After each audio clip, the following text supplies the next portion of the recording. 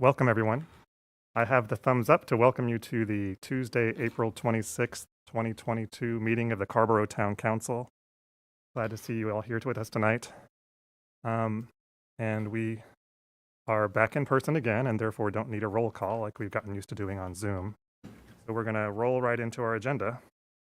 Unfortunately, tonight our poet laureate could not be with us. I just got a text from Fred Joyner a few minutes ago, so we'll have to proceed without a poem this week, but we'll carry on. I have a couple of proclamations to share, and I'm going to start with a proclamation for Bike Month, and I guess I'll ask if Tina Moon wants to join me at the podium.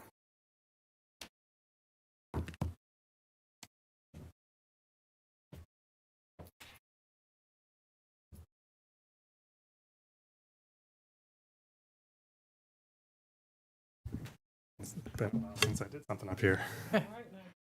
Forgot how low this is, or how tall I am. Thank you, Tina. And I should say, first of all, that Tina Moon, who is with our planning department, as she often does when we are, as we are, for example, in this case, no longer have a transportation planner with the town. We're hiring, by the way. Tina fills in where needed, as she often does in so many other cases, and I really want to appreciate Tina for that and all the work that she and the planning department do. This is a proclamation for Bike Month, Bike to School Day, Bike to Work Week, and Bike to Work Day. Whereas National Bike Month is a reminder that biking is a form of transportation that can be added to many people's routines, particularly considering that 28% of all trips are a mile or shorter, and 40% of all trips are 2 miles or shorter, according to the National Household Travel Survey. And whereas biking is an easy way for people to reduce their carbon footprint and advance the town's climate action goals by avoiding the use of single occupancy vehicles and reducing reliance on non-renewable resources for transportation. And whereas high-quality bicycle infrastructure can help communities achieve equity goals by expanding the availability of transportation alternatives that are less expensive and more accessible for more people. And whereas National Bike Month is also an opportunity to experience the joys and health benefits of biking, to get outside during the spring season, and to see and experience the community in a different scale, at a different scale and pace.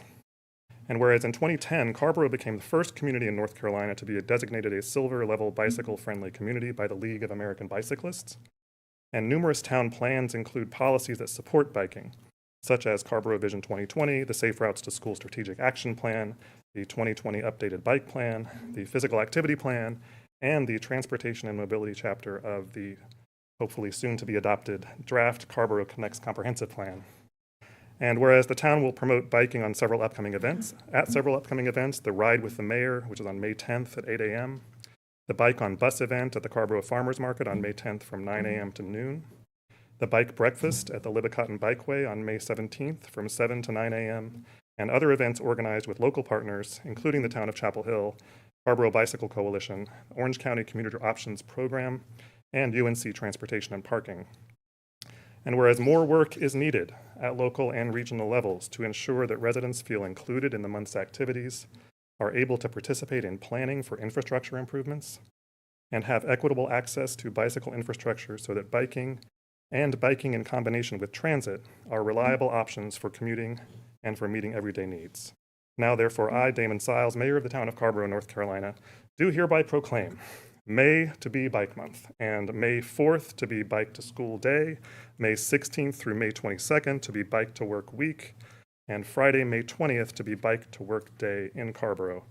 I encourage residents to add biking to their transportation routines, to become advocates for biking, bicycle infrastructure, and bicycle-friendly laws and policies, and to take delight in every bike ride the 26th day of April 2022. Thank you, Tina.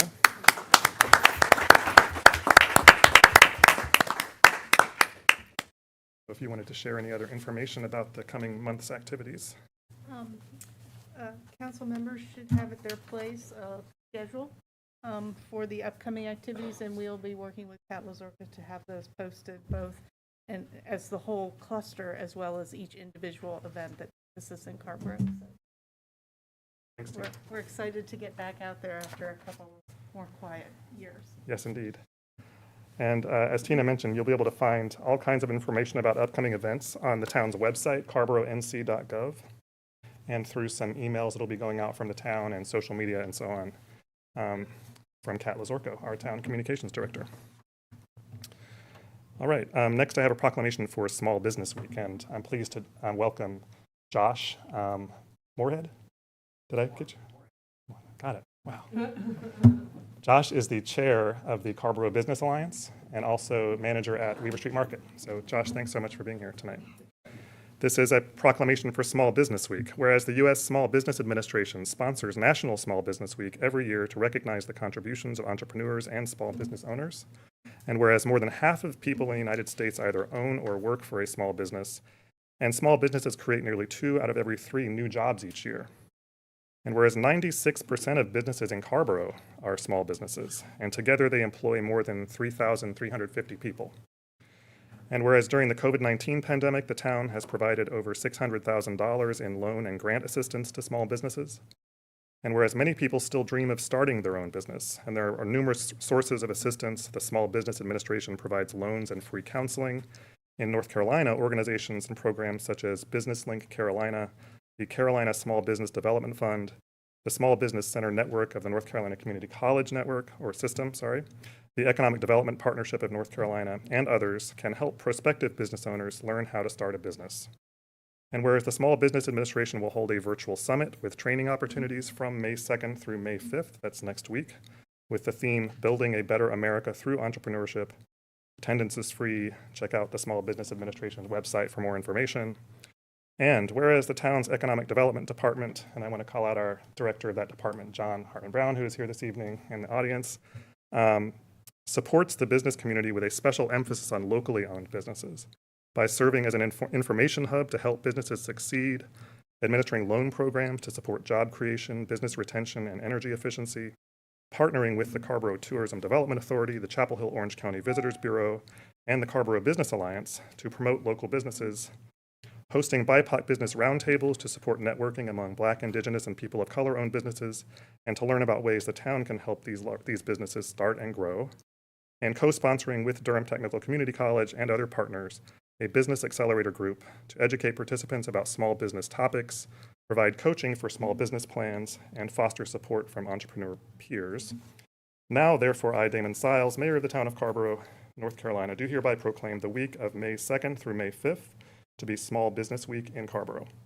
I encourage all residents to support the small businesses in our community, appreciating and celebrating the personal touches and unique expertise small businesses offer, and the economic resilience they foster. This is the 26th day of April 2022. Thank you, Josh, for being here. Appreciate this. Thank you again, Mayor Siles. It's an honor for me to accept this proclamation on behalf of the small businesses in Carrboro. Hello, everyone. I'm Joshua Moorhead. As Damon said, I manage Weaver Street Market. I'm the current chair of the CBA.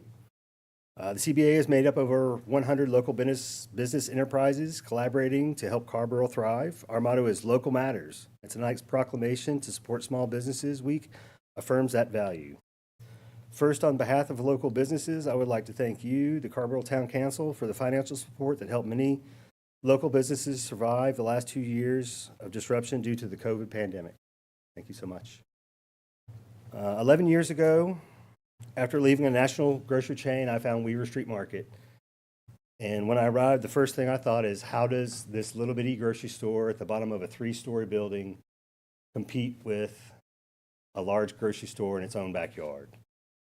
And what I found was it was more than a grocery store. It was a co-op. It was community owned.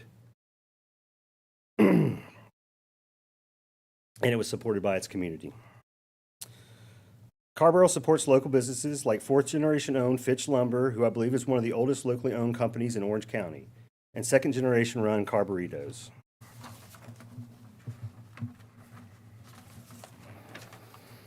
When we choose to make purchases at our local small-owned businesses, we support local jobs and help preserve local character of the community. In fact, according to the American Express and Foundation National Federation of Independent Businesses, 67 cents of every dollar spent at local businesses stays in the community. The CBA likes to say, when you spend it here, you keep it here. So let's keep it local, Carrboro. As you know, small Carrboro businesses like Carrboro, Present Day on Main, and Neil's Deli help make Carrboro a magical community that we all love. And the decisions that you make as a council, both today through this proclamation and in your policy decisions, such as fostering development density along transit corridors, growing our commercial tax base, and improving our local infrastructure that makes Carrboro a place where local businesses can contribute and thrive. On behalf of the CBA and our local business community, I want to thank the mayor and the council for recognizing Small Businesses Week. I invite you and everyone watching this evening to shop and dine locally this week. Thank you so much. Thank you.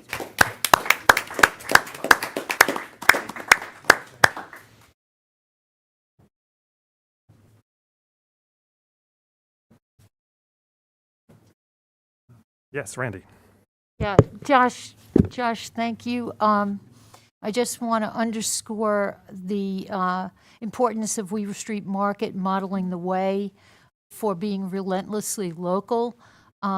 Weaver Street Market was one of the early recipients of the Carrboro Business Loan and has shown not only remarkable resilience over the years, but also mentoring other businesses and, of course, establishing herself not only in Southern Village and Raleigh, but Hillsborough.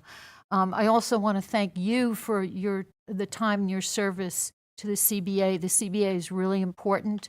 I'm glad you mentioned how many businesses, small businesses there are, and how that homegrown feel makes a difference when we're thinking about recirculating our dollars locally. Both Sammy and I worked on the Local Living Economy initiative, and Weaver Street Market was one of the first to step up when we remember the plenty money. So, thank you, thank Weaver Street, and thank the CBA. Thank you, Randy. All right, as I mentioned, Fred can't be with us tonight to read a poem, so we're going to continue along with our agenda.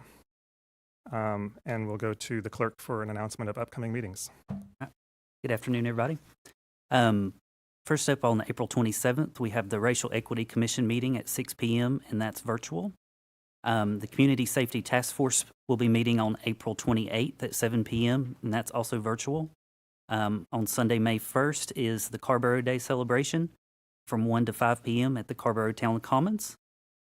And then the next thing I have is next Tuesday, May 3rd, the Town Council meeting will be here at Town Hall at 7 p.m. Thank you, Wesley. Any other announcements of local meetings? Yes, Barbara? Mayor. Yes, please. Yes, I had a question about our council schedule. So May 17th, we don't have a meeting, is that correct? Or That's correct. So May 17th is the date of the primary election. Thanks for the reminder about that. So as usual, we will not have an election on that a meeting on that date. we will have We will have an election on that date. And a lot of important stuff on the ballot for folks to be watching out for. These are races all the way from the top of the ballot all the way down, state house races and state senate races, all the way down to little old Carrboro town council races. So please participate. All right. All right, I do have several people signed up for public comment, but they are for items on our agenda. So we will move on to the consent agenda. Mr. Manager. Okay, the first item is approval of the minutes from the February 22nd, 2022 meeting with changes by Councilmember Romaine. The next item is consideration of a resolution setting the public hearing for the Art Center Special Use Permit A located at 400 Roberson Street. The purpose of this item is to schedule the public hearing for May 24th. The next item is contract authorization and project ordinance update for signal work associated with the East Main Street restriping project. And the purpose of this item is to provide the council with an opportunity to authorize the town manager to execute a contract for the traffic signal work and improve the revised project ordinance for the East Main Street restriping project. The next item is conditional use permit minor modification request for Royal Park Apartments at 501 Highway 54 West. And the purpose of this item is for the town council to consider approving a minor modification to the conditional use permit for Royal Park Apartments to allow the construction of a new sidewalk and retaining wall along the western side of the entrance. Town staff recommends approval of the request. And the next item is a permit extension request for previously issued conditional use permit for Viridia AIS. And the purpose of this item is for the town council to consider approving a request for the extension of the date when a conditional use permit would otherwise expire for Viridia AIS conditional use permit, and town staff recommends approval of the request. Thank you, Mr. Manager. Barbara. Thank you, Mayor. So I'd like to motion that we move all the items on the consent agenda unless, I know there were some questions. I think all of them may have gotten answered. Sammy may have something. All right, could I pull That's the okay. minutes, because I haven't gotten to see them. Okay. So there's a motion to approve the items 2 through 5 on the consent agenda. Is there a second? Second. By Susan. Thank you, Susan. Thanks for Randy, right under the wire there.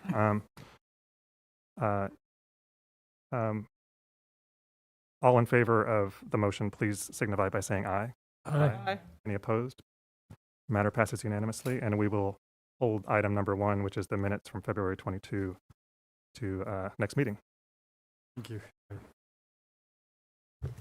All right, we're going to move on to, we have 2 public hearings on our agenda tonight, and I'll hand it back over to the manager. Okay, thank you, Mayor. The first item is a public hearing for a minor modification request to the Windmore Village Mixed-Use Conditional Use Permit to allow conversion of Lot 179 to 3 single-family lots and assign the community pool to serve as civic use for the village mixed use. A resolution approving the modification is attached to the town council choose to approve the request. And Marty Root, by Development Review Administrator, is present to walk us through the item. Thank you. And just to remind council, I know, and Marty probably will remind us of this too, that this is an item that we had before us a few weeks ago, and there was some interest in bringing this back for a more formal public hearing so that there would be an opportunity to hear from members of the public. I do have 5 people signed up to speak. I think at least one of them is actually with the applicant team, but in any case, just looking ahead to this agenda item, we'll hear from Marty, a staff presentation, and then move along to hearing from the public, including the applicant. Thank you. Yes, and you kind of set the stage for me. So tonight is the public hearing for this from its presentation back on March 15th, and I think you just covered that for me. So we did send notice, publish notice, all the usual things we do for a public hearing. Comments were received from 2 residents generally expressing support, and they may be here tonight. I'm not sure. I'm going to just very quickly go over more or less the same presentation I did last time for the benefit of people that may not have seen it on March 15th. Rezoning and conditional use permit for Windmore were originally issued back in 2003, and the development is essentially built out except for this one remaining lot, lot 179. It was originally identified as a civic lot, and there were a number of uses identified in the permit that could be done on the lot, but it never happened. The lot just remained vacant through the years, and the developer expressed utilizing the lot or determined that it was not feasible to use the lot in the original intended way. So a text amendment was brought forward a couple of years back at this point and approved by council to allow an alternative way of satisfying the civic use portion of the development. And subsequently, the developer worked with the HOA to kind of determine what would be a reasonable use for the developer and the residents there in terms of finishing out the development and calling it done. So what they have brought forward is a request to modify the permit to allow 3 single-family lots on lot 179, so 3 new single-family homes, and assign the community pool to serve as the civic use area for the development, and to dedicate additional areas on lot 179 as private alleyway and HOA dedicated open space. They're already in compliance with the open space requirements. This essentially just adds to it. With that, I have an image of the plat just showing the lot and the 3 approximate location where the 3 single family homes would go, and rendering of the pool, and the resolution that you may consider adopting tonight. And I'm happy to answer any questions. Otherwise, I believe the applicant does have a presentation to make as well. Thank you very much, Marty. So not seeing any hands for questions right now for Marty. Why don't we turn it over to, I assume Eric, you're here to make a presentation. Mr. Chuck, come on up. there anyone else here from your team, or these are all members of the public? Okay, great. I'm sorry, Joe and Scott Covens are here, the owners of Cap Carb, and if you have any questions for them, they're available for that as well. Great, thank you.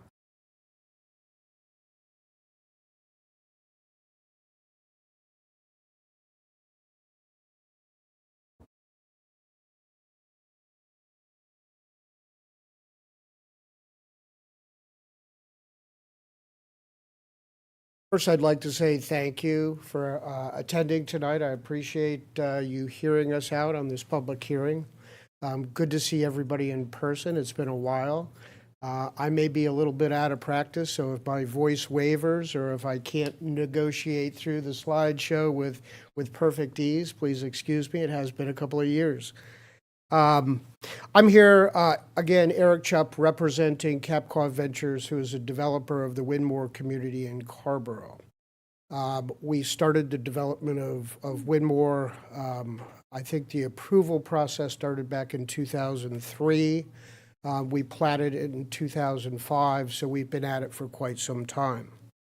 I'm here tonight to ask for your approval to build 3 single-family homes on the last lot in Windmore, the very last building lot in Windmore.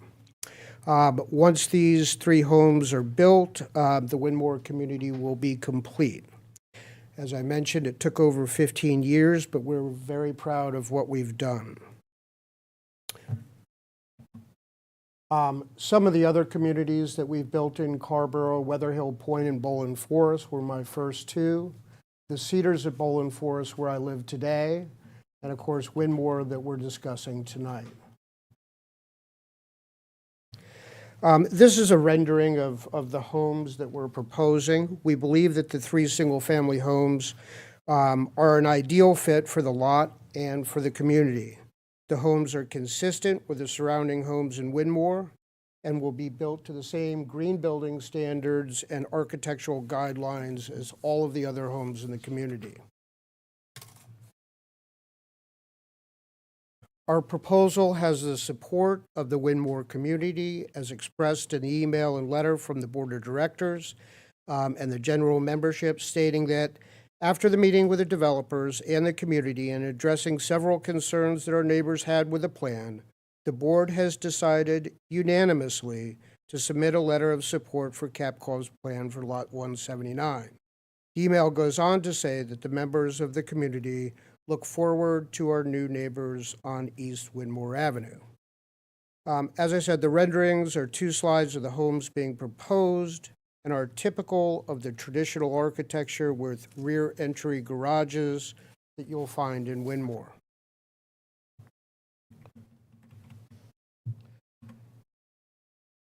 This is a view of East Windmore Avenue kind of looking up the hill. And this is a view looking down East Windmore Avenue towards the entrance out on Homestead Road.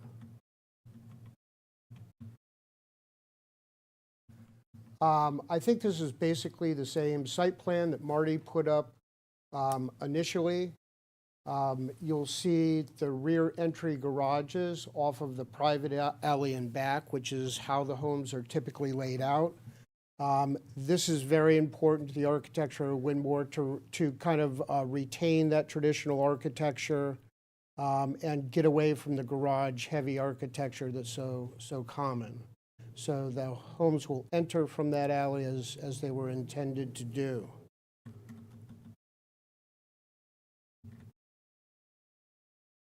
This is the actual plat that we're proposing. And as you can see, it's a triangular lot, but the lots are very similar in size to the single-family homes to the right. They're townhomes to the left. And that 4th lot at the north part of the triangle, we're proposing that we dedicate to the Homeowners Association as additional open space.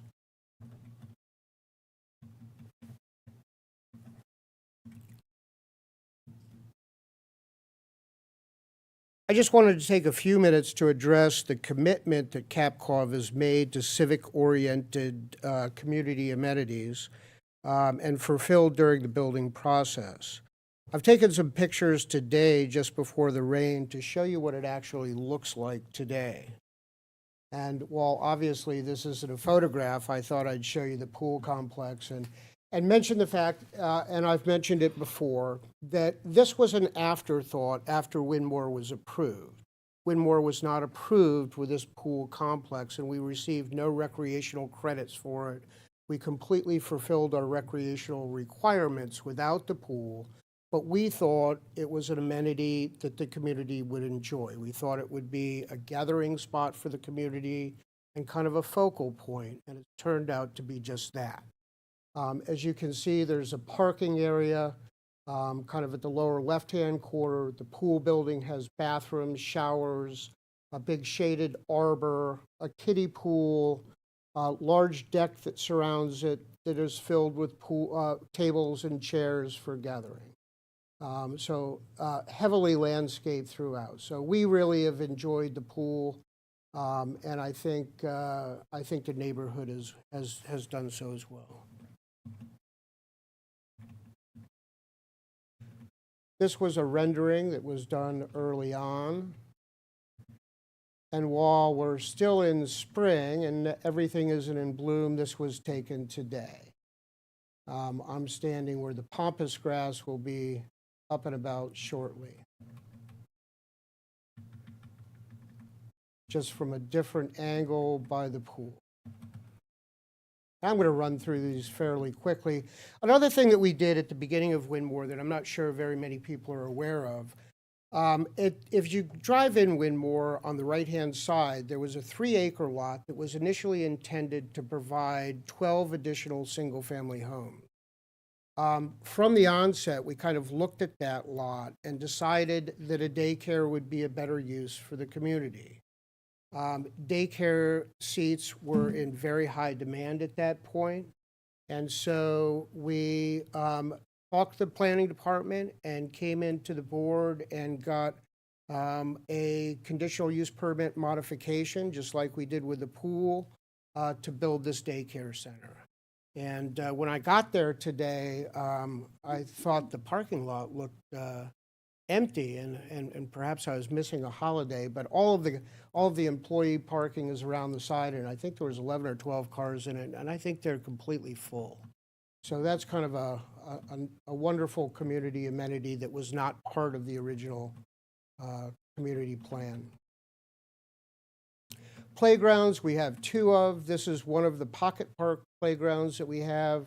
Adjacent to that is actually an Alzheimer's house. We thought that it would be good to locate that type of facility next to the playground.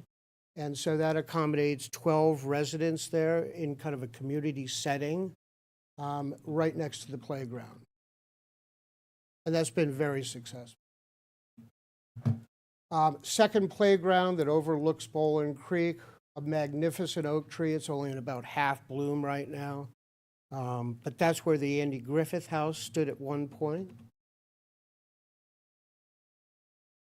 This is at the front of Windmore and serves as a waiting spot for kids to get on the bus and parents to meet as their kids get on the bus in the morning. I kind of wish we had one at the Cedars where I live. Community garden that's just getting started this spring. The apple orchard, which is heirloom apple trees that we planted at the beginning of the community. It's got a couple of benches under there. They're doing very well. And then just full of these bike, hiking, walking trails. There are 2 lanes that just go throughout the community. And here's just a couple of pictures of different areas where they go. This is the northern area of the property up by UNC. This is coming back into the community.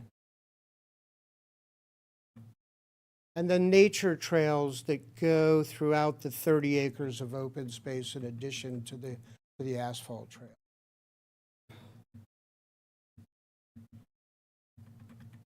The public green that we've left open that's in the center of the community with rocks that came from the community. This is used for Frisbee, for football, for kite flying, just for sunbathing and hanging out. We're glad that this was part of the plan. We're glad that it was left open. and it is really a great amenity. Again, these were all taken today. And then the final slide here is our roundabout that was built 15 years ago before roundabouts were cool. And brick pavers we use, and we think that that adds a lot to that. A champagne vase alcova in the middle of it. I also wanted to stress the commitment made, there was some discussion at the last meeting about affordable housing, and I just wanted to kind of go over the commitment that we made to affordable housing at Windmore. I think when you total it up, we're at about 35% affordable housing in total, which is really unprecedented. We've got single-family, size-restricted homes, and here's a map of where those are, so they're scattered throughout the community. Some single-family size-restricted, and all of these were built under the Carrboro's ordinance for affordable housing. So single-family, size-restricted. These are townhomes that are size-restricted. David Weekley built those, and they did a great job of doing it. These are affordable townhomes that were built. So these are available to those that earn less than 60% of the median income. And then the multifamily, so the townhomes and multifamily that are available to those earning less than 60%. There's 58 of them, so two different areas of multifamily apartment.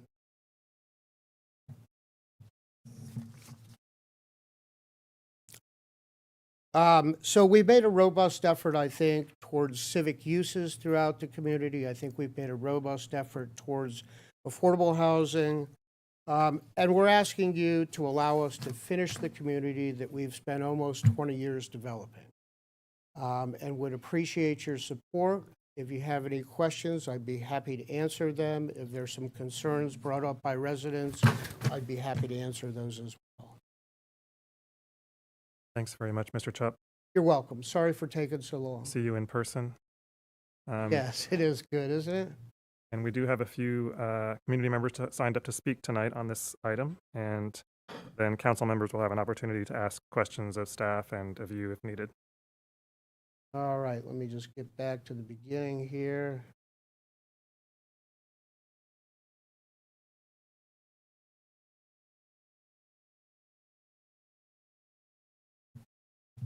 Thank you very much. Thanks. Thank you. Thank you. It looks like, Mr. Covens, I think you're part of the team who's here, so you're not planning to come up and speak, is that right? Okay. Well represented, I wouldn't know what to say. Okay, great. All right, so I'm going to go just in the order that I have folks signed up. Eric Syverson, come on up. Thanks for being here. You'll just come to the... First time. It's my pleasure. That's good to see you. So, Chapel Hill 5 years ago, and I'm thankful I've had this opportunity to make my thoughts known. okay, Am would I you, at the right microphone? that's great. And would you introduce yourself? And My name is Eric Severson. I live at 130 Kiley Street in the Windmore community, in one of those David Weekley townhomes that Mr. Chupp referred to. And I purchased my townhome a year ago. I like the neighborhood. I think it's nice. I think a lot of the pictures you saw there accurately reflect the neighborhood. That being said, I do have concerns that I'd like to share. What I think was noticeably absent and what troubled me about Mr. Chupp's presentation was, how does this benefit the neighborhood? What I heard is that we're going to go for money here over civic space. So if I'm understanding this presentation, this lot was supposed to be civic space, and now, in a little bit of sleight of hand, we're going to get credit for the pool, and we're going to now designate that the civic space. And instead of building one home on this lot, we're going to get to sell 3 homes. Now that's great for a Capcom. I'm sure they'll make more money than selling a single home. And Capcom's in real desperate financial straits. It's a matter of public record. anyone can go to on the internet to ProPublica and see that Capcoff has recently received 2 PPP loans, both forgiven, for approximately $30,000 and $40,000 apiece. So just myself here connecting the dots again, and I don't blame Capcoff for wanting to make as much money as possible. But I bought my townhome. I own it. I don't have a mortgage. I'm not going anywhere. I like it. I'm a dog owner. It's very dog friendly. However, I'm concerned about the density that 3 properties on that lot will bring for a couple of reasons. Being a dog owner, one thing that troubles me about the community is that the dog waste bins are not properly maintained and often overflowing. I think that's a sanitary concern, especially because we have a lot of children in the neighborhood. I'm also concerned about the traffic situation there. I mean, 3 homes as opposed to 1, even with parking in the rear and a lot of kids crisscrossing and no traffic light, and commercial businesses directly across from that lot. I don't know if that came through on that presentation, but there's several commercial businesses directly across the street. So the traffic is a concern. I think there's a real potential for accidents and bodily injury there, especially in the neighborhood with so many dogs and children. So, you know, I'm against 3 homes being placed on that lot. I think 1 is a nice half measure. They get to make money by putting a home there and selling it and having the civic space designated as the pool. But I don't think the community is served by 3 homes there.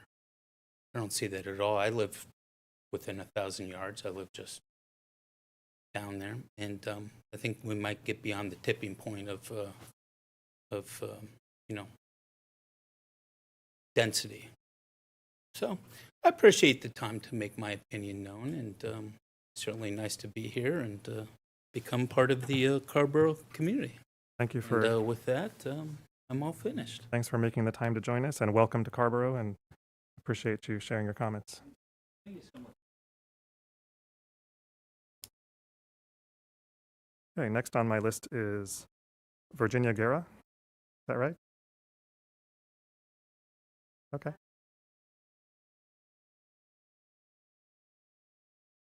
Oh, sure.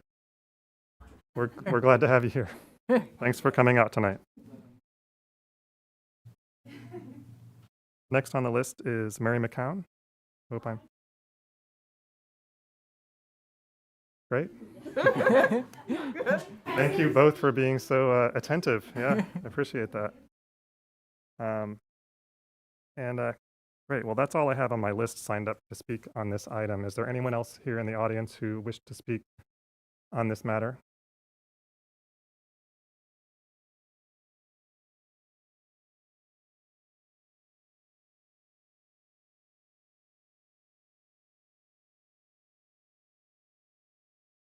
Going once, going to, okay. Come on up, sir. Yeah. Please come to the microphone and introduce yourself to us. And I forgot to mention that we do ask speakers to keep to about 3 minutes or so, and appreciate Mr. Severson observing that guideline. And it's nice to see you. Could you tell us who you are? And I'm Theo Dingmans, and I live in 100 Atterbury Street, and my wife is here as well. I think that the plans to have a home there is great, but I think it was also pointed out at what does it mean for the alley behind the home, and especially the draining system that we're worried about. The road is not constructed correctly. It's tilted wrong, and storm drains are not positioned at the right place. There has been a fix to make sure that the water kind of goes around our house onto, I forgot what that's, what's the street right next to our house? Which one? Camellia, right. So I think that has been discussed multiple times, that could be part of, if we're going to build there, with the danger of getting more runoff water, et cetera, going down that drain or down that alley, that needs to be addressed properly, and not with a little ridge of asphalt, which might work for a while, but yeah, it just doesn't. It's a cheap fix, and we hope that can be fixed in a more constructive manner and fixing that drain system. That's Thank you very much. attention. And Theo, would you tell us your last name, or spell your last name? Dingemans, I spell it D-I-N-G-E-M-A-N-S.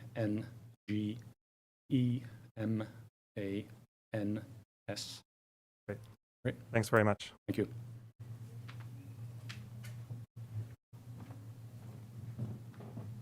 Yes, come on up.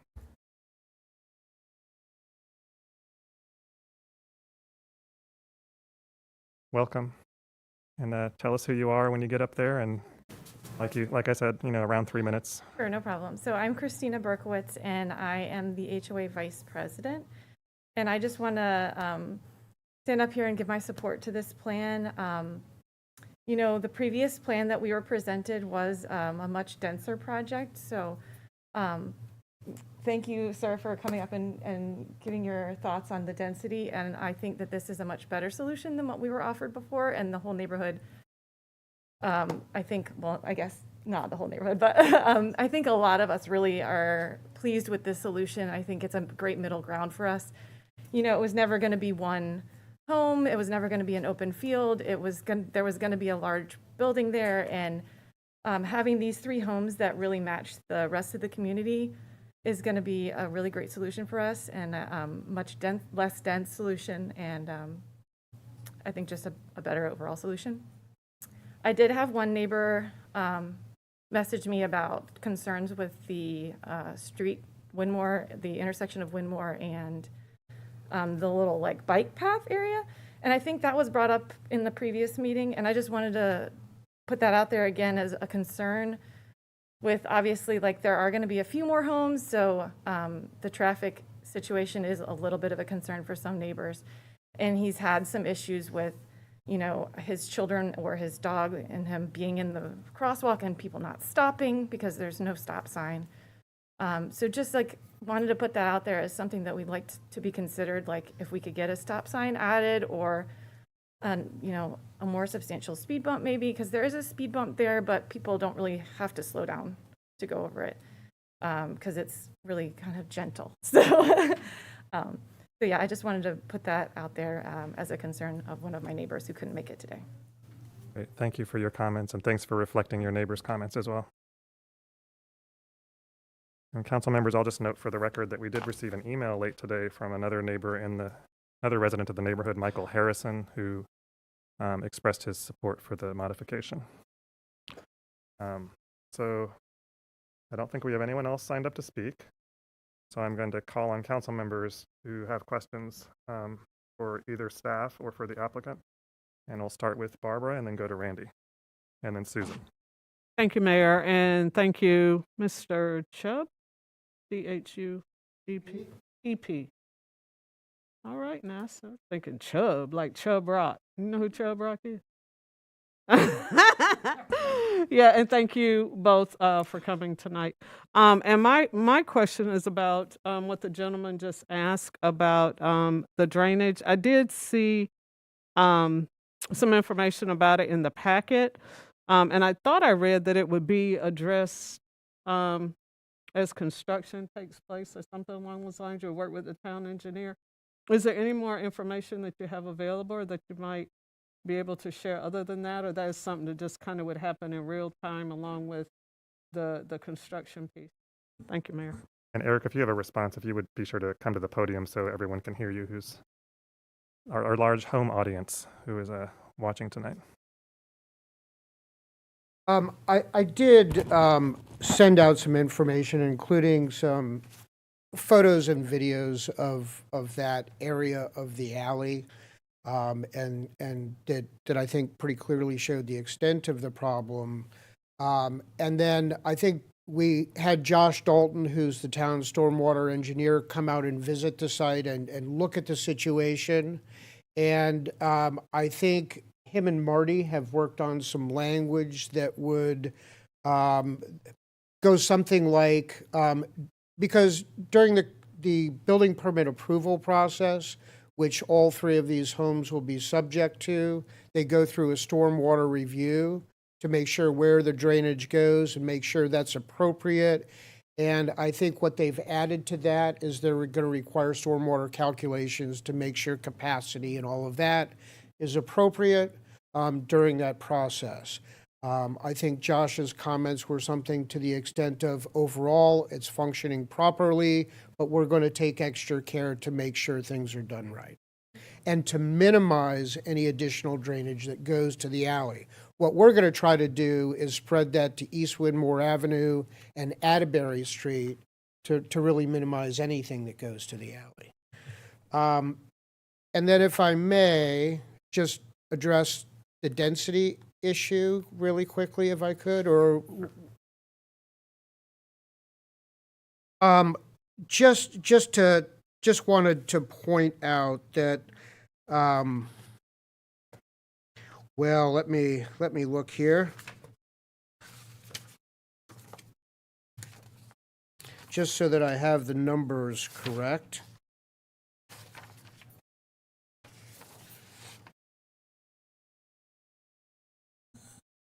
So the overall density of Windmore, we've eliminated from the original approved plan 13 lots in Windmore, so we're actually 13 under what was approved in the final plans for Windmore. So even with the addition of these, we're 10 below what we were approved for. And we reduced those for a variety of reasons. Some of them turned out to be just too skinny, the townhomes, to be feasible. Some of them, like in corners, where they made a corner at Kiley and East Windmore Avenue, we wanted to leave open space between the buildings. And some of them we reduced to make room for the affordable housing units on Camille Street.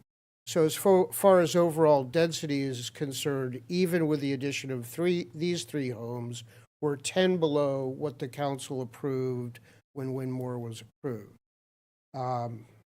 So that's all I wanted to say on that, and I'm available for any other questions. Thank you so much. I appreciate it. Thank you, Eric. Okay, Randy and then Susan. Yeah, I had a question. Actually, it's for Kristen, because I couldn't remember from the last time that it came up. Which street was there a need for the stop sign? You can just, I'll repeat it for the audience if you just want to say it from there. Yeah.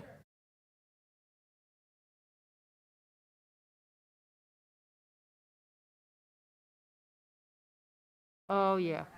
Okay. Yeah.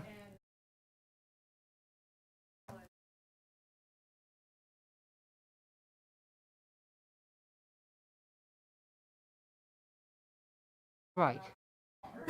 Right. Great, thanks, Christina. I know So what you're referring talking to the bike path that crosses Windmore Avenue across the bridge, yeah, thank you. So, and that's not for the developer so much as that's for the town, correct? So I would like, Mr. Manager, to have that looked into, and I don't know whether that requires, talking with the homeowners association, but I know what you're referring to, and it's tricky.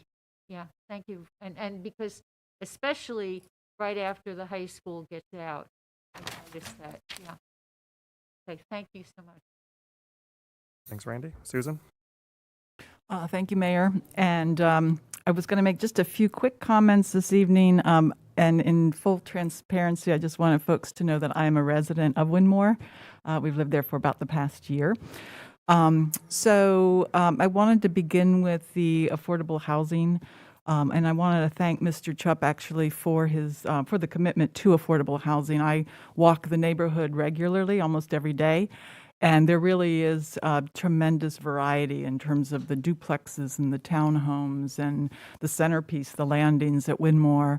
And so I want to really appreciate the way you have prioritized it for council. It's never enough, but I do appreciate what you have done with over a third of the housing I believe is affordable in Windmore. I also wanted to just talk briefly about the use of Lot 179. This has been, I think, 15 years trying to build in this lot, and I know that there has been a good faith effort to put in a building that had civic use, whether it's a movie theater or a bowling alley or a gymnasium or a community center. It was extremely challenging. I know that at one point then it shifted over to looking at 12 condos to go onto that lot.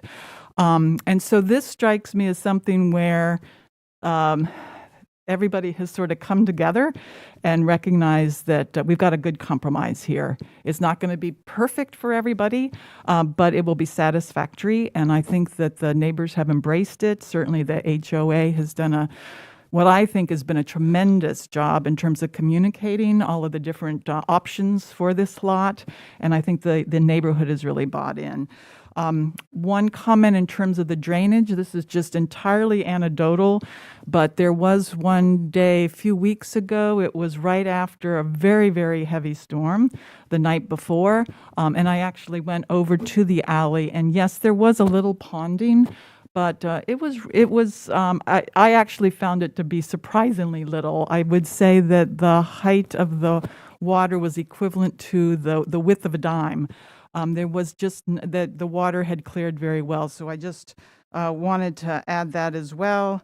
And also I do want to recognize all of the services provided in Windmore, whether it's through the daycare or the Alzheimer's Center, certainly the green that is used by all the neighbors. So I think there's been lots of ways that the developer has met the obligation towards civic use, even though it's not technically on lot 179. Thank you. Thank you, Susan. Sammy? Yeah, I echo a lot of the sentiments shared so far by my colleagues and appreciate all the folks who've come out to share and that we have had this opportunity for public comment. It's interesting, the discussion about density. Folks have felt it being very dense, the previous proposal, and even at least one person who believes it's still dense tonight. When the town councils we're constantly trying to think of higher density mixed use as a means for facilitating better transit, walkability, and bikeability. But like Susan said, it seems like there's been a compromise that has been found, and really this has been reflective of what the immediate community has wanted. So I think that's as good as we can go. This just kind of underscores the importance of getting developments right from the get-go, because once people move in, there's a lot of resistance for anything different than what they moved in for, basically. In terms of I'm glad to hear the puddle is not so big. Susan, in your experience, I'm hoping it's not bigger than what her experience is. Are you saying it is? It can be. Okay, so maybe there are storms that are bigger that make it worse. And yeah. It's a very cheap fix. I mean, the town engineer has written a letter. So I'm sorry to interrupt, but would you mind coming to the podium and introducing yourself, please? Thank you. I don't want you to miss your moment on camera. My name is Renee DeKuyf. I'm at 100 Atterbury as well. I'm sorry to interrupt you. So the town engineer actually wrote in a letter that the alley is incorrectly leveled, and he admitted that. And the solution we wanted is to have a repavement of the alley so the water isn't going into our backyard. We had a flood-up backyard for the first few years that we lived there, and it took a long time to get it addressed. Finally, now we have what is it called? Extruded asphalt was kind of a barrier that is very ugly and cheap, and we were wondering, what it does to our home and the price of our home, because it should be there, and it's going to fade. I mean, it's going to flatten, and what happens then? What are we going to do? Okay. Thank you, Renee. And Renee, just for my notes, can you spell your last name for us so that we have that? DE space K-R-U-I-F as in Frank. Thank you very much. Thank you for that clarification. I guess just a question for our attorney in terms of, this is a modification for conditional use permit, the degree to which, basically the applicant would have to agree with any conditions we submit, correct?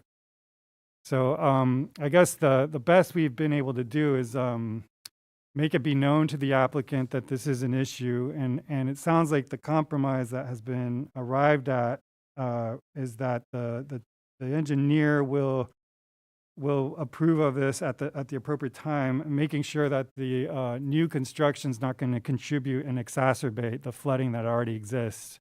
And unfortunately, it won't get to the actual fix of regrading as y'all would have hoped.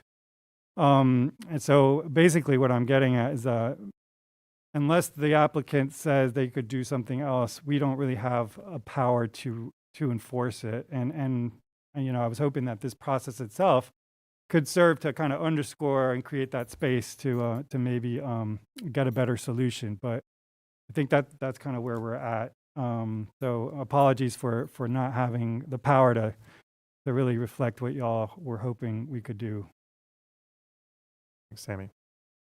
If I understand, I appreciate that's an important comment to make. And if I understand the applicant's response, and maybe Marty from staff, if you wouldn't mind joining us just briefly, whether you can confirm the general description of the process that the applicant offered in terms of the building permit process and the evaluation that our engineer will do during that process to at least make sure that the new construction won't exacerbate existing issues. Yeah, I'll try to be pretty succinct because I think it's been described fairly well so far.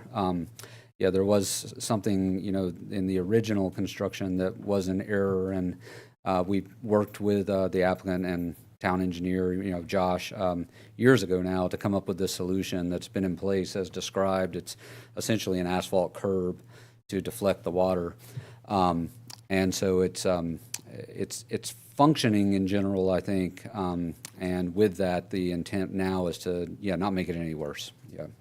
And that's part of the permitting process for the construction of these new units. Yes. So the 3 lots you saw, the plat image of earlier, there will be an individual zoning permit application for each individual lot that will be sent to Sungate for review, and plan in advance of shovel being put in the ground exactly where the water's going to go and how the lots are going to be graded.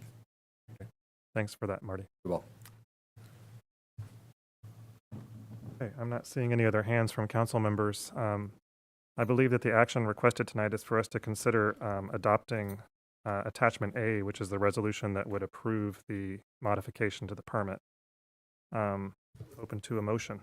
So moved. Seconded.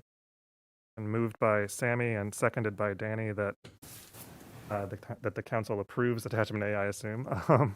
Adopts Attachment A, which will approve the modification to the permit. Is there any further discussion? Not seeing any. All right. Please, man, I'm so used to Zoom, I forgot how to do this. If you approve of the motion, please signify by saying aye. Aye. Aye. If you do not approve of the motion, please signify by saying no. The matter passes unanimously. Thank you very much. Thank you all very much. Thanks for everyone being here tonight to contribute to this conversation. It's been really productive, and I appreciate your time. Mr. Manager, I would like to echo, thanks, Eric. Mr. Manager, I did want to echo Randy's encouragement that staff work with the HOA on the issue of potential traffic calming or some kind of solution regarding the crossing near the bridge at Windmore Avenue. Yes, we'll look into it. Thank you very much. And thanks, Randy, for getting on that.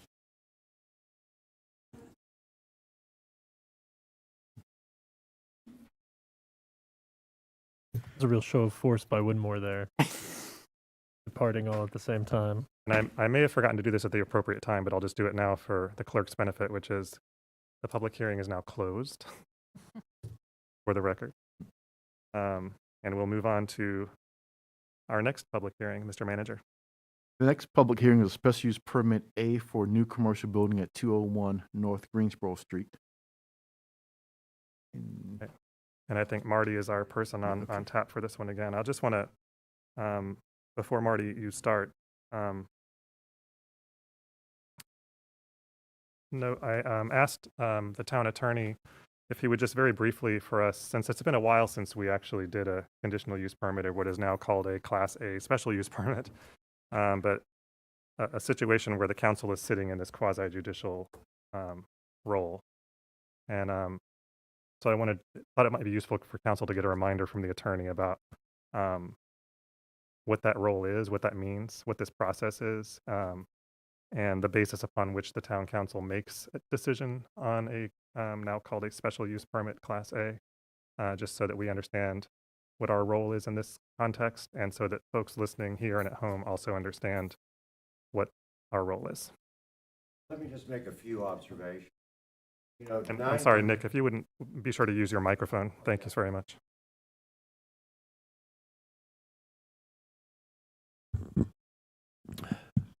About 95% of what you do involves legislative decision-making, right?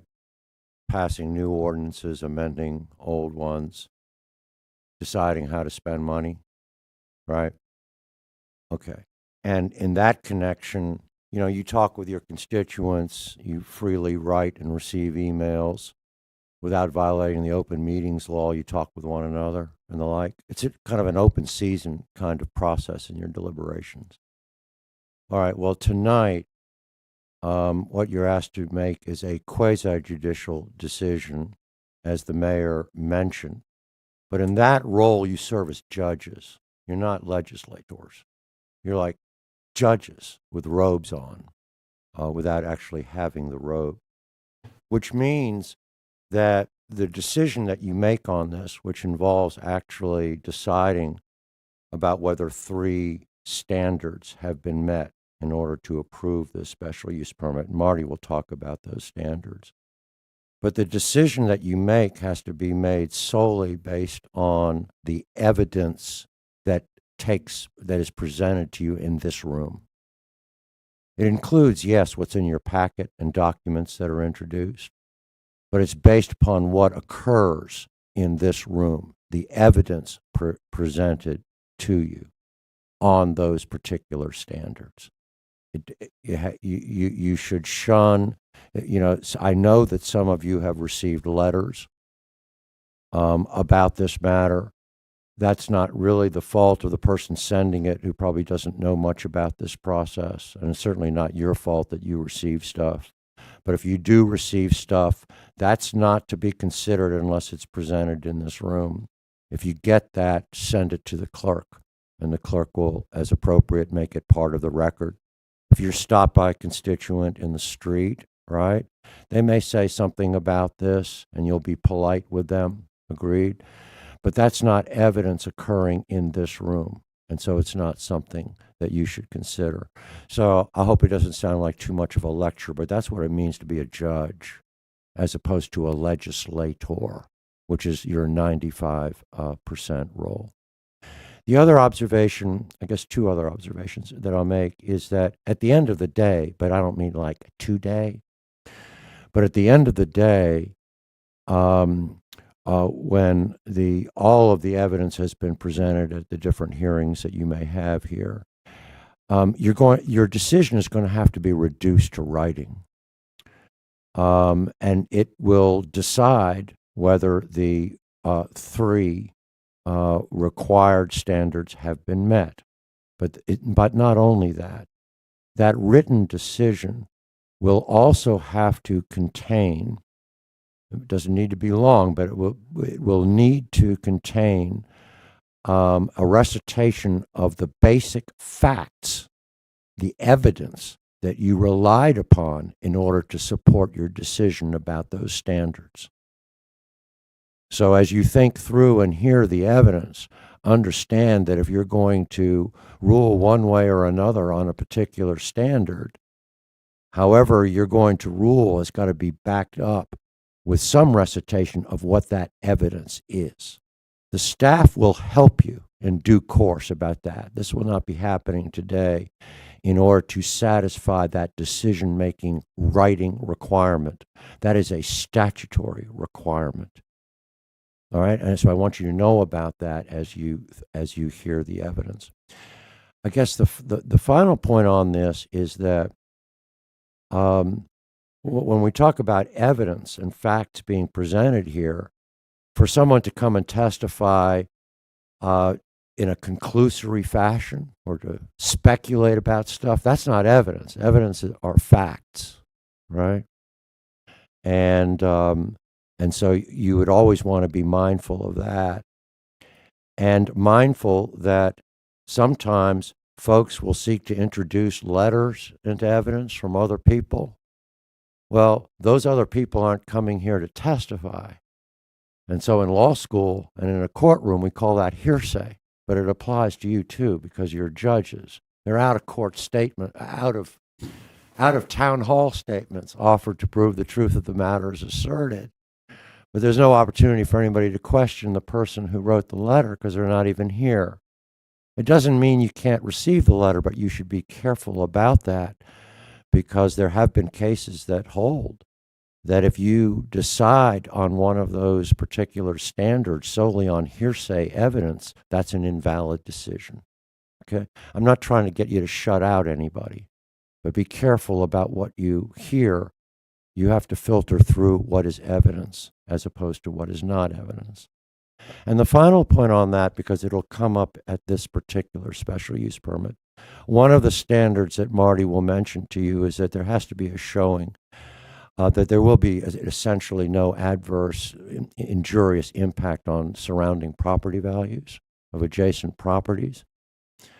There's a statute, it's now codified in 160D right now as the new statute, which requires that in order to make a decision about that, you have to have expert testimony. Purely lay testimony, a lot of folks have opinions, about what your property is worth or someone else's property is worth, what affects value and the like. Lay opinions from non-appraisers. That you cannot make a decision about the property value impact question based upon lay opinions. That's not me. That's a statute that says that. So you must look out for expert testimony. What's that? Appraisers, right? With a competent methodology to speak to you about that question. But I raise that because there have been a number of cases in the Court of Appeals and in the Supreme Court of North Carolina where they have discussed this problem, where someone makes a decision, a counsel like you on a special use permit about the value question, where there is just raw lay opinions about that and not competent expert testimony. All right? So I'm not trying to put my thumb on the scale, but watch for that, because that's one of the standards that you have. And then finally this, again, because you're judges, what happens in this room stays in this room. You know what I mean? In other words, as judges, then certainly you will reflect to yourself about what has been going on in the proceedings. But it's not a subject matter of emailing or discussion, right? Because you may have more than one hearing at which evidence will be presented, and you would not make your decision. You're making your decision solely on what happens in this room and when it happens in this room. Is that helpful to you? Thanks very much, Nick. I appreciate that summary. It's important for us to have that reminder, and important for folks who are here tonight and listening at home to understand what we're engaged in when we deal with a permit application like this one. So council members, what we're going to do here tonight with this item is we're going to have a public hearing, and that'll involve a presentation from staff. Marty, thanks for being here again. I assume some kind of presentation from the applicant.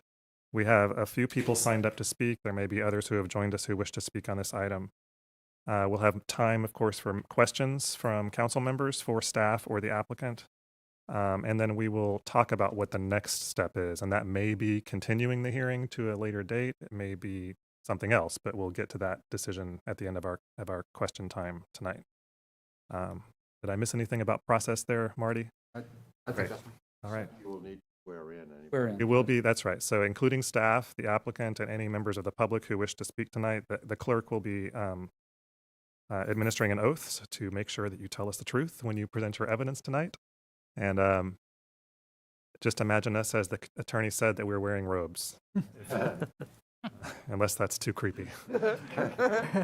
All right, and yes, Randy. Yeah, I have a process question for you, Mr. Mayor and Attorney. What, we have not received all of the recommendations of the advisory board.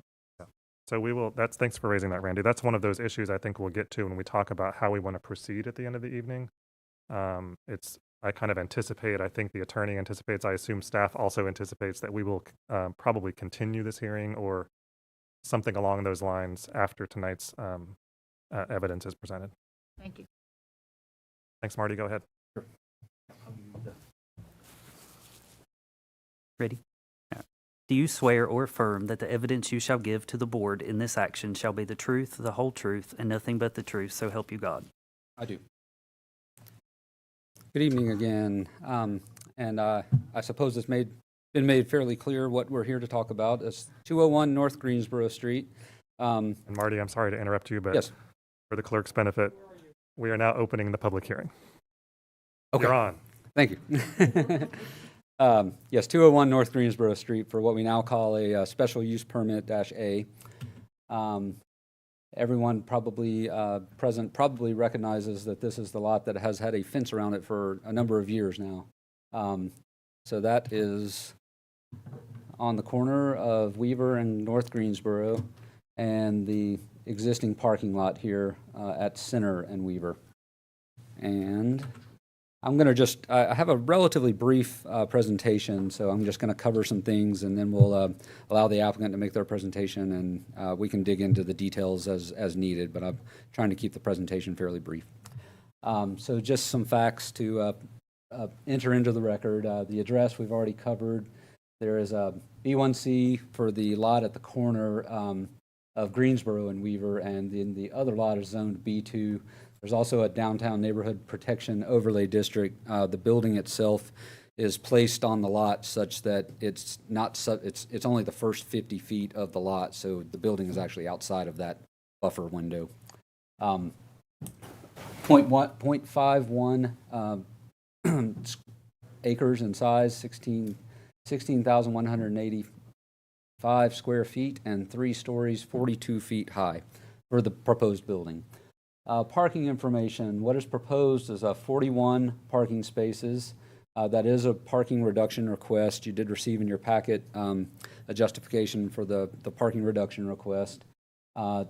17 compact spaces. Bike parking, 8 spaces, 4 uncovered, 6 spaces covered. And I know there was an email asked about that. Hopefully the answer made it back to the council earlier today.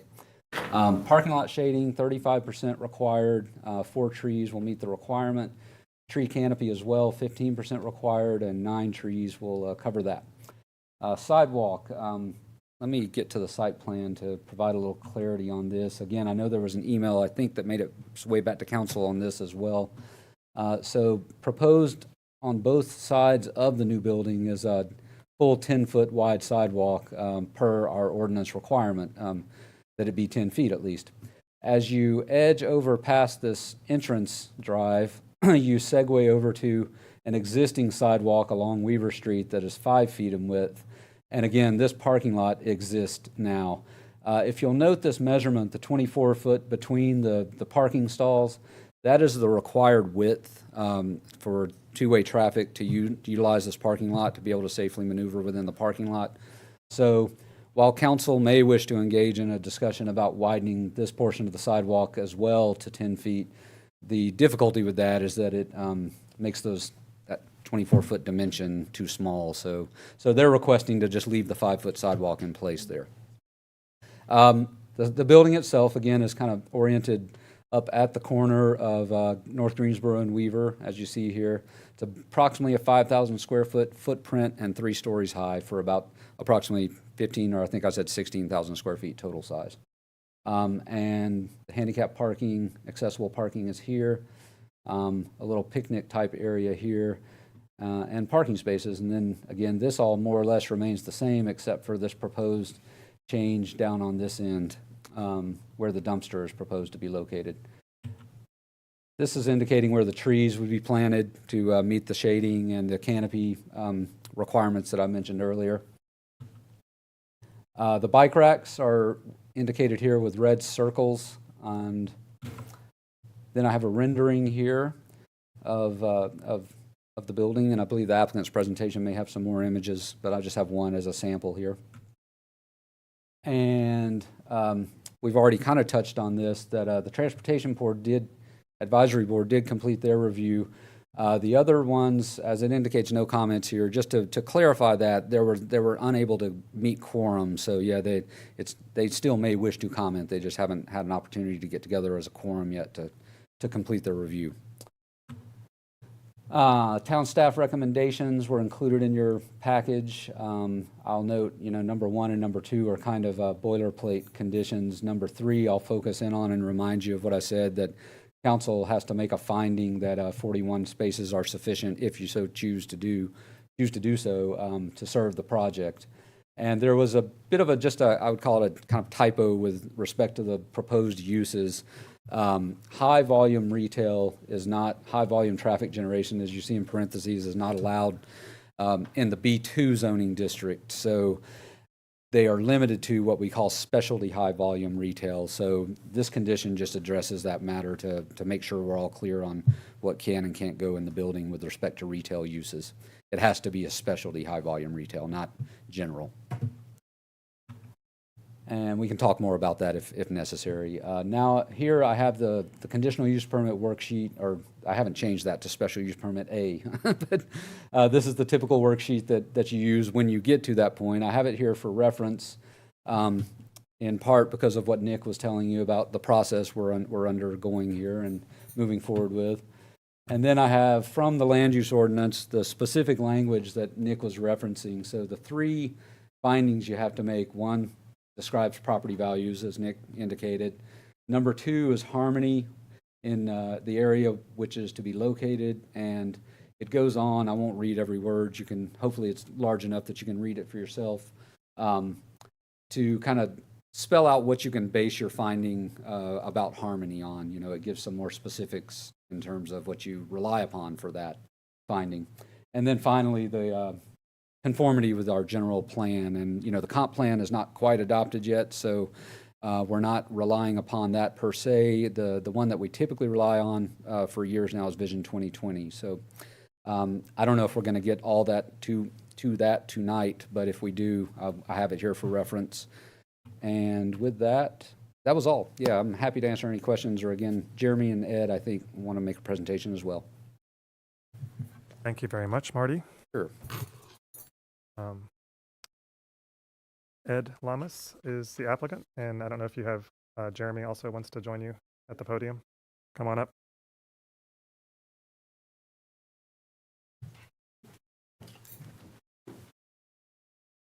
Welcome to you both, and the clerk is going to give you both the oath. I think you can probably both take it at the same time. You ready? Raise your right hand. Do you swear or affirm that the evidence you shall give to the board in this action shall be the truth, the whole truth, and nothing but the truth, so help you God? I do. Thank you. Ed, I have your name here, but Jeremy, if you would be sure to introduce yourself, first and last name, just for the record, if you do speak. Thank you. Okay, well, I'm just going to give a very brief introduction. I mean, most of this is going to be for Jeremy. It's really going to be 30 seconds for me. So, good evening, everyone. My name's Edward Lamas. I'm the managing member of CKE3, which is the owner of the site and the developer.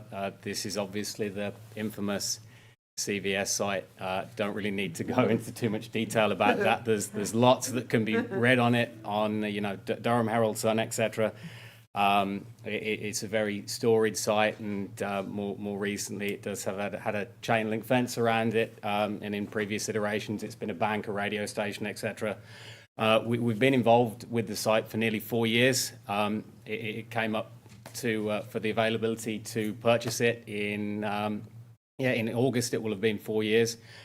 And basically at that stage, I met with planning, met with Marty, and basically just kind of worked my way through various recommendations of who Marty said I should speak to in the community in terms of neighbours, etc., and various people, and put plans to them. And I think in terms of our first official presentation, it was on May the 2nd of 2019. So we've been plugging away at this for a little while. So yeah, just glad to be here and a little step closer, hopefully.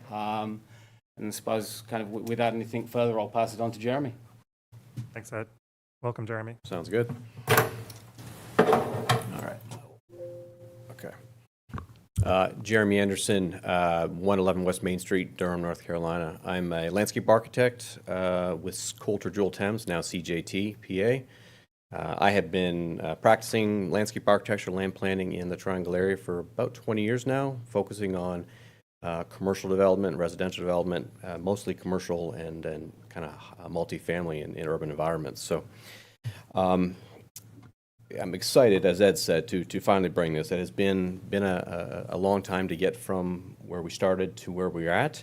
The plan you saw back in 19 honestly has not changed that much since then. It has just been kind of a slow process working through. So I'm going to touch on as many points as I can cover here in a short period and walk through the slides. So again, we all know where the site is, and again, we all know that this was the old bank pad. This is the parking lot. I hope everyone is excited to see the fence come down and something new happen there. Marty did a great job kind of covering some of the points and some of the ones I didn't think he was going to cover, so I'll just I'll kind of hit most of these as I go through the slides here. Site plan, we'll come back to this if we need to for technical information, but I'm going to go to the rendered site plan and kind of cover my main points. So as Marty said, about a half-acre site and about a 16,000 square foot buildings proposed up at the corner. Marty referenced the downtown neighborhood protection overlay. That boundary would come, about right here if it was applicable. So the building is sitting outside of that. So the downtown neighborhood overlay protection district, we're adhering with those requirements. Marty mentioned the 10-foot sidewalks that we're proposing along the building street frontage for Greensboro and Weaver up to the driveway entrance. And then as we cross over, we are keeping the existing 5-foot sidewalk and the 3-foot grass verge strip that is there now and is present all the way down Weaver Street, actually. 41 parking spaces is what we're requesting. That is a reduction depending on what uses end up in the building. It could be a maximum of 59 would be required or possibly 50. So it's a reduction of between 9 and like 15, 16 parking spaces. Again, depending on what the use ends up being for the commercial retail. So the building is commercial retail on the ground floor and then 2 stories of office above. So stepping back to the parking lot, again, 41 parking spaces. This parking lot is existing. We are looking forward to updating it, modifying it, enhancing the landscaping around it. I want to take a second and kind of walk through the parking lot and the orientation because I think it's pretty important as Marty touched on the dimensions. So I mentioned the 3-foot grass strip that would remain, the 5-foot sidewalk that's to remain now. And right now the paving is pretty much up to that sidewalk. That's where the fence begins. We are installing about a 3-foot landscape strip there with a ornamental fence to provide, as you see here, a landscape planting buffer with that ornamental fence to screen the parking. That is important because that is one of the 6 architectural standards that we were going to ask the Appearance Commission for approval for a waiver, because that one of those architectural requirements is that the parking is substantially screened from the street. Obviously an existing parking lot, so we're doing what we can by eating into the parking lot a little bit, adding some landscaping, adding that fence along here. So then we have a row of standard parking spaces. The 24-foot aisle that Marty mentioned is required. And then we have done what we can by putting compact spaces along this property line, and it leaves about 3.5 feet to the property line where we are proposing the broken screen buffer, excuse me, that's required between a commercial property and another commercial property. So we are proposing a 6-foot wood fence and small trees, or small and medium trees every 30 feet. So that is kind of the cross-section through this parking lot. So it's minimal requirements, and we're doing what we can to squeeze as many parking spaces on site as we can and provide landscape improvements. Another item I want to touch on, Marty referenced, is the dumpster pad. We did look at a couple locations for this. The letter that you received that the attorney referenced, I know referenced this dumpster, and we did originally have it in the concept plan. That's the one plan change you'll see if you were to go back and look at it. It was shown in this location. We did move it down here after kind of site plan, further digging into the site plan. It's better for access, we feel, for the trash truck. It also allowed 3 additional parking spaces to be on site. So because parking, we're already asking for a reduction, we need to get as many spaces as we could. That's a cost of 3 spaces, or an addition of 3 spaces, by being able to locate it down here with a fence, screen fence around it, and with additional landscaping around it. There's a evergreen hedge that goes around it. So that is why we have located it there.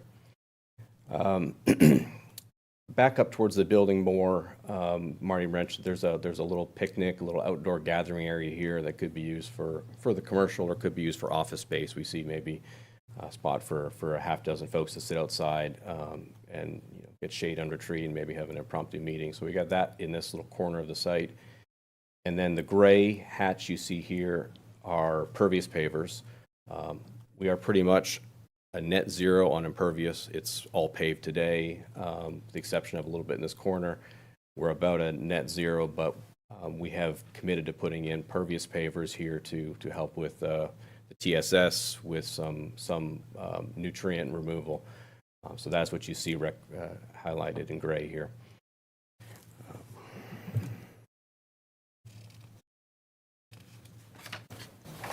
All right, I'm going to. And we do not have our architect here this evening. I didn't mention that earlier. Carl Winstead with Klein Design Associates is our architect. He unfortunately is halfway across the country with a meeting, so when this popped up, he couldn't change his plans. So I'm going to do my best. I am not an appraiser. I am not an architect, but I will do my best to walk through the architecture quickly. I'm going to go to the rendering that Marty showed and talk through some points there, and then we can come back to the black and white elevations if necessary. What you see here, again, is pretty obvious. The look at the intersection, looking at the corner. This being the parking lot behind us down Weaver Street, this being North Greensboro going up.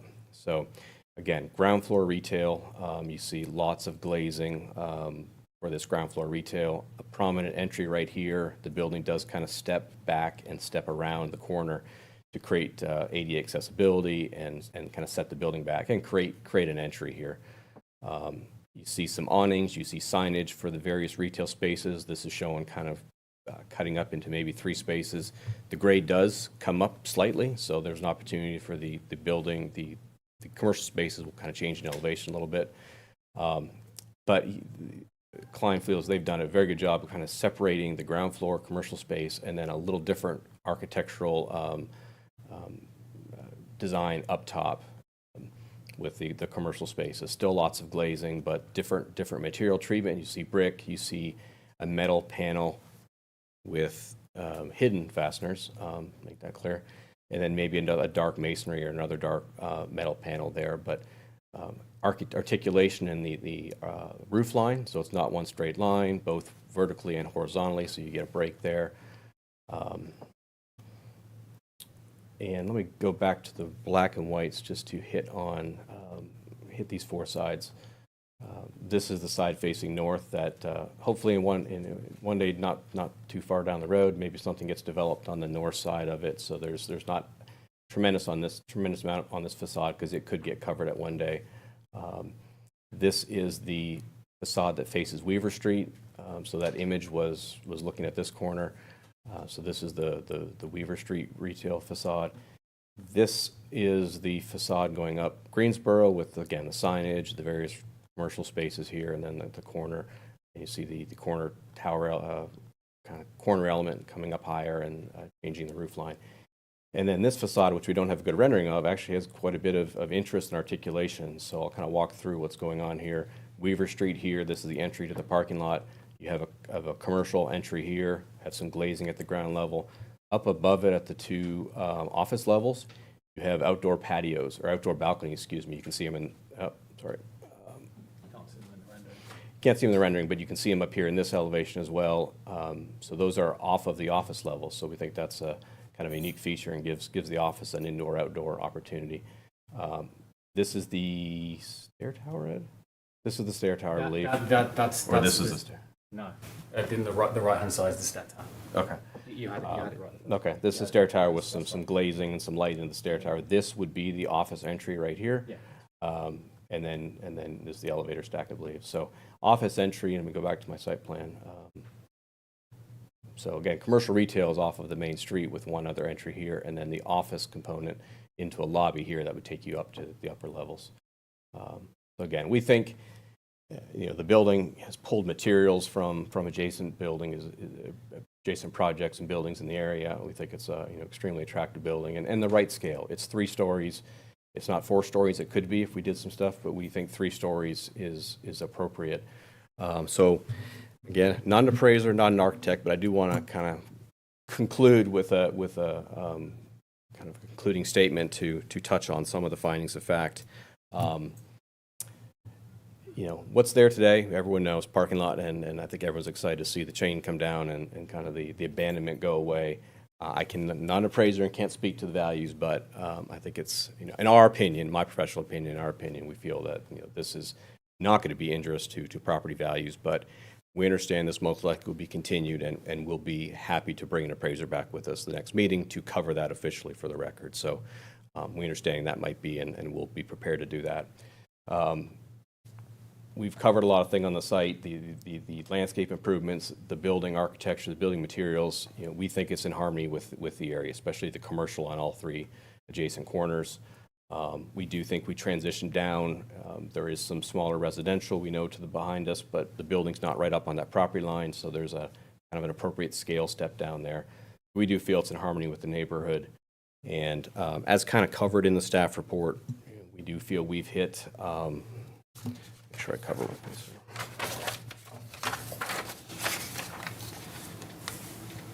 Yeah, we feel this plan in general just conforms with the various plans and guidelines the town has set forth. We're not asking for rezoning, so the zoning and is appropriate, and then the building proposed and the density and is proposed, or that is proposed, is compatible with the existing zoning, and we feel with the current land use and patterns that are going on in this area. So with that, I will conclude and be prepared to answer any questions. Thanks, Mr. Anderson. I appreciate you both being here, and Ed, I appreciate you standing up there the whole time, even though you probably didn't need to. I'm just in the presence of rightness, just trying to learn from Jeremy. All right, thanks to you both, and I know you'll be here to answer any questions that we might have a little bit later here.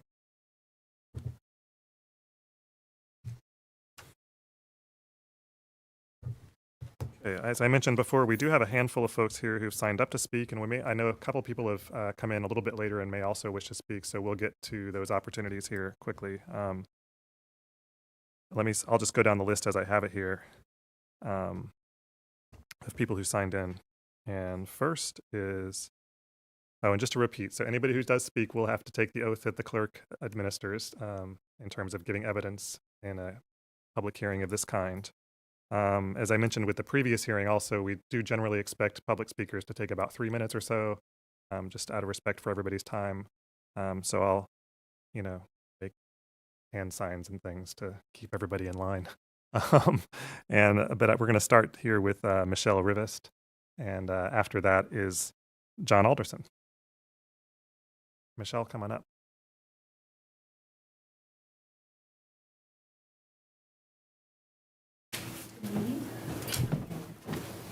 Good to see you, Michelle, and if you'll be sure to introduce yourself, and you've got about 3 minutes or so. Or after the oath. And take the oath, yeah. First. Do you swear or affirm that the evidence you shall give to the board in this action shall be the truth, the whole truth, and nothing but the truth, so help you God? I do. Good evening, everyone. I'm Michelle Rivest, and along with my husband John, we live at 100 Oak Avenue in Carrboro. We've lived there for 35 years now, so good to see all of you in person instead of on Zoom. So transition here to be in front of the microphone. So I want to just start by, I guess, the lay opinion, but it's mine and my husband's. We offer our support for the development of this project. I want to thank Ed and Jeremy for all the time and effort they put into consulting with the neighborhood. It's been extensive over years. I think they've handled everything we've all raised to the extent that it's possible, given the town requirements and ordinances. So it's been an exceptional process from a neighborhood perspective, particularly given what we all went through with CVS, which was a disaster. So I think this project, in terms of scope, design, and scale, is very appropriate for our most important block of our town and the nearby neighborhood. So I want to just raise a couple of things that I don't think are necessarily all the responsibility of the developer, but in fact invite the town to be more active in this process. So the 10-foot sidewalks, it would be ideal if we had them all up and down Weaver Street. I think it would be essential for this project to figure out a way to extend it at least to Center Street. If you live downtown, you know that this is a major pedestrian thoroughfare, right? From the farmer's market all the way to downtown, really Chapel Hill. It's a constant flow of people walking, their dogs, their babies, their friends, skateboarders, bicycle riders. It's a mix and it's constant. So I can speak from personal experience that the Greensboro Street, Weaver Street intersection is one of the most dangerous in town. I've almost been hit twice, in fact, literally bumped by a car because the light and the intersection and the traffic, it's just enormous. And this is just going to get worse as we develop this block, which needs to be developed and will be an enhancement. So I think keep that in mind, that we want to be a pedestrian walkable town. And we have to begin to address this, not only in this property development, but in all of downtown, right? Ideally, 50 years ago, we would have thought this through. Now you're right on top of people's homes and neighborhoods. I think we all recognize that with this development, we'll create more traffic, more cars. There's more parking going on now. We like that the developer is asking for fewer parking spaces. I think you could consider reducing that even further, right? So that we could have a better, wider walkway, a better greenway, visibility from the street, and a more pedestrian-friendly space than that parking lot will be, right? It'll be car-friendly. It won't be pedestrian-friendly, and that's just something to keep in mind. I think the other thing I want to raise is that, and I'm not sure about this anymore, but is the driveway access, if it's just from Center Street, or is there an access right from Weaver Street as well? But that is sure to cause problems, right? You can just anticipate delivery trucks, like now when delivery trucks are going to Weaver Street Market or to the pizza shop, traffic comes to a halt, people come to a halt.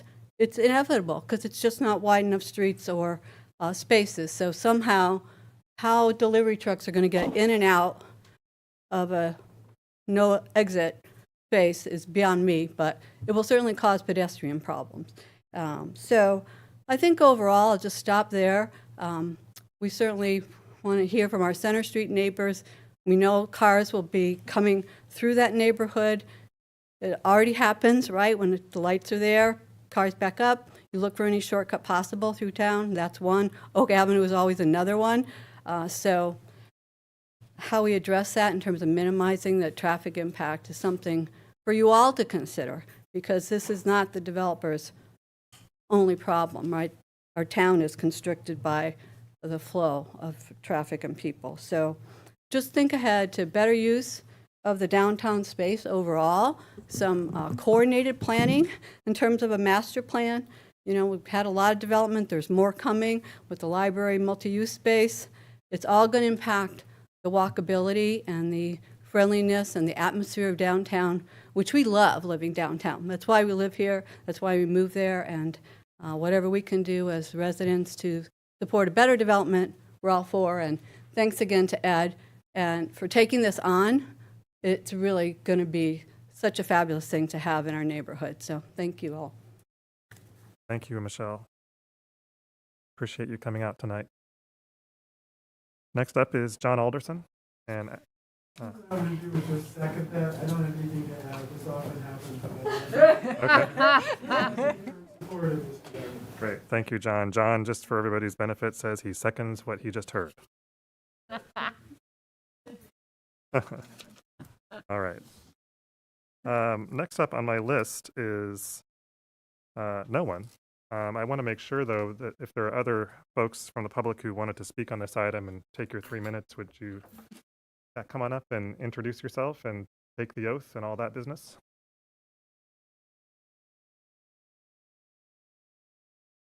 Good evening. Good. Welcome. I know this is not a regular hearing. I didn't realize it was like a regular town hall hearing. I didn't know it was like a judge and jury type thing. So if you wanted some information.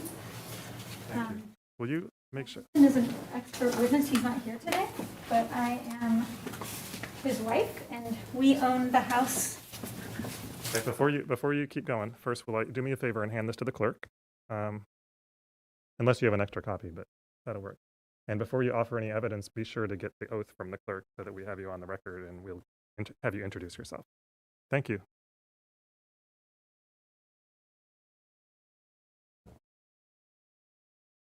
You swear or affirm that the evidence you shall give to the board in this action shall be the truth, the whole truth, and nothing but the truth, so help you God. I do. Thanks. And I'll tell us who you are, and you've got about 3 minutes or so, and I'll make some hand signals or whatever to let you know. My name is Angela Haley. I have worked in and now own the house that is right next door to the property of 201 Greensboro Street. I live on 102 Center Street. Couple of things that we know can't be right. I don't have an expert witness with, like I said, my husband is an expert witness, but he's out doing some like solar energy field thing. And so I'm talking, and what I wanted to say is the garbage dumpsters where they are right now, they're basically like 15 feet from our front porch. I don't think that can be right. Personally, I really feel, even though there's a wall there, smells are going to come over. I mean, there's going to be a restaurant, right? There was supposed to be a restaurant at one point. I mean, I can't see the people walking all the way from the building all the way to the end of the road from Greensboro Street to Center Street to throw the garbage away from the actual building. And we're not going to have any visual of that side of it. That is the first neighborhood in all of Carrboro. It's the first neighborhood. We are the first house, and we could live there, and we want to live there someday. It's right now. It's a B2,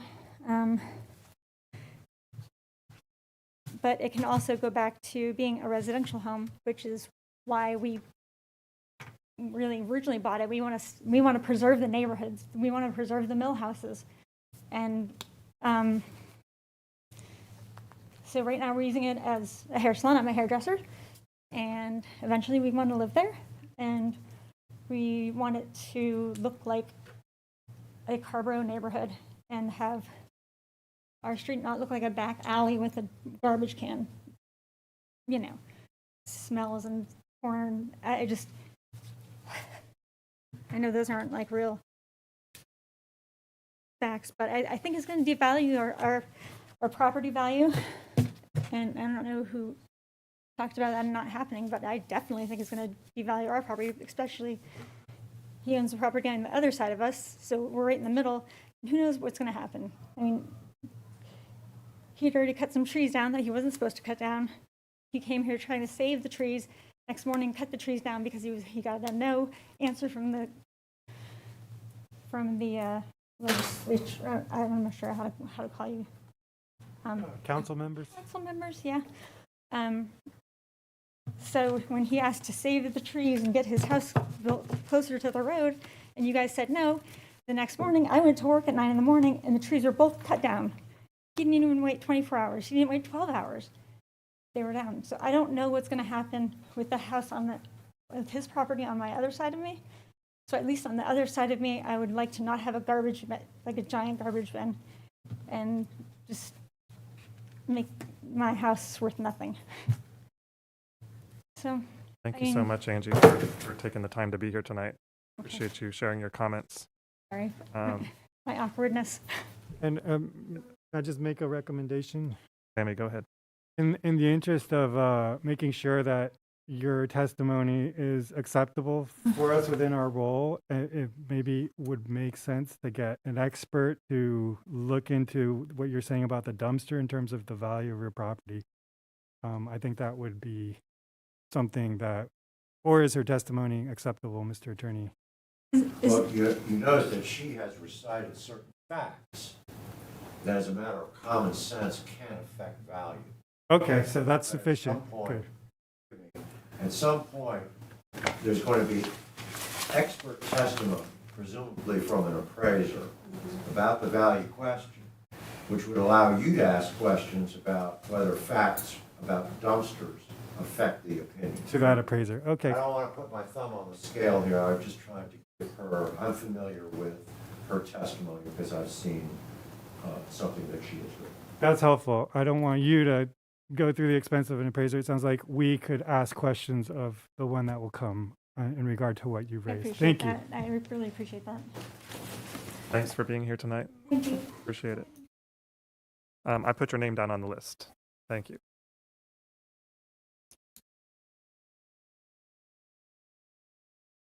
Okay, come on up. Yes, I see a couple hands, and we'll get to everybody. The clerk is going to administer an oath to you, and then you'll introduce yourself, and you'll have about 3 minutes. How are you? Do you swear or affirm that the evidence you shall give to the board in this action shall be the truth, the whole truth, and nothing but the truth, so help you God? I do. I'm Joe Lucas. I rent from Angie, Center Street Salon, and my task was to come and just talk a minute about our buffer, our trees buffer, our fence.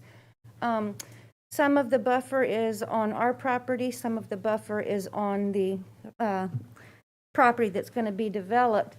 And we wanted to talk and see if we could make sure that our buffer, crepe myrtle trees, ornamental trees, we have a catawba, that our buffer would not be damaged while they're planting their buffer, because it is kind of intertwined.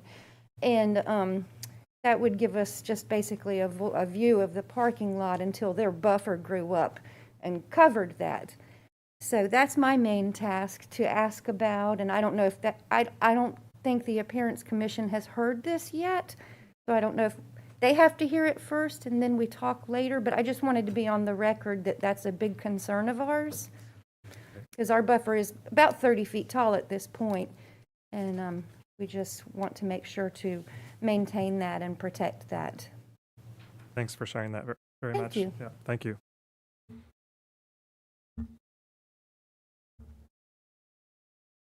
Okay. Jerry, come on up.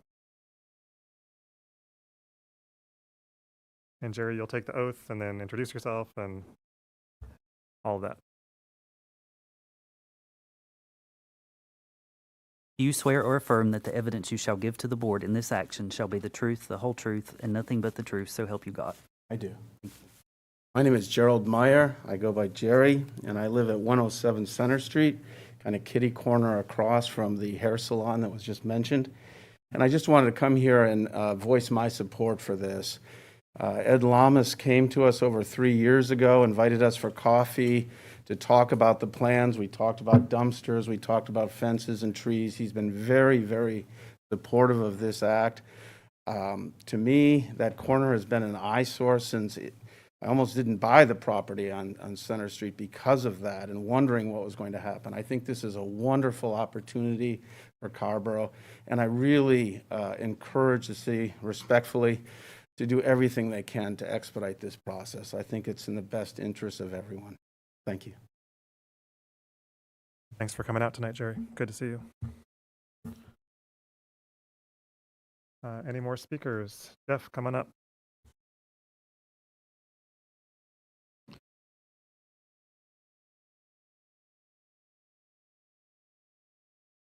Hey. Raise your right hand. Do you swear or affirm that the evidence you shall give to the board in this action shall be the truth, the whole truth, and nothing but the truth, so help you God? I do. I'm Jeff Herrick. I live at 109 Center Street. Just echoing a few points. Yeah, this is night and day between the CVS project and what is going on here. So I appreciate the developers and Ed coming to us, and I think I don't have a lot to say maybe exactly about the 3 points that we're supposed to stay on. There's the issue of the dumpster, which I appreciate, because when we had the CVS plan, there was a dumpster right outside my front porch. So I can appreciate that. And I understand that the people that bought that property, I don't really know them that well, came in the middle of this process. So I just appreciate that. And then, the trees that were on the other side and that's a completely separate property that Ed's going to put a house on. And that was the board. I just want to make it clear to you guys, that was the Board of Adjustment that didn't grant the easement to have the house closer, which didn't make any sense to me because all the houses are within 5 feet of the road. So, but that's a separate issue. Would like to have the trees there, but they're gone now. And also I just want to echo, this has been a good process. I don't understand appraising. I think the traffic issue, I don't think it's going to affect our property values, but we definitely, I think some of our neighbors, I think Jerry and Laura have started a process to do traffic calming on Center Street, which is a big issue. And you'll hear a lot from me in the future about people running into my recycling bin and ending up in my ditch. Police officers not stopping at the stop sign. So that's all. Thanks, Jeff. Great t-shirt. All right. I think we've heard from everyone who's here tonight. So we do have some time left for this item for questions from council members, questions from council members for staff or for the applicant on any of the evidence we've heard tonight or other questions you may have about this application. Any questions? Or we can also talk about kind of next steps, wherever you want to go. Sammy. Yeah, and then Susan. I've got a couple of questions. Maybe this is one for the attorney. In the past, we've required of applicants, in order to meet the parking requirement, that they provide, if they can't provide it on site, then at least an agreement of an arrangement within a certain amount of distance from the project. Is that something that we, given that that is what the expectation is, at least as described by the land use ordinance, is that a requirement that we could be making of them in lieu of the spaces that they're looking to be forgiven? Might be a Marty question. Yeah. A Marty question. Okay. Thanks, Nick. Thanks, Marty.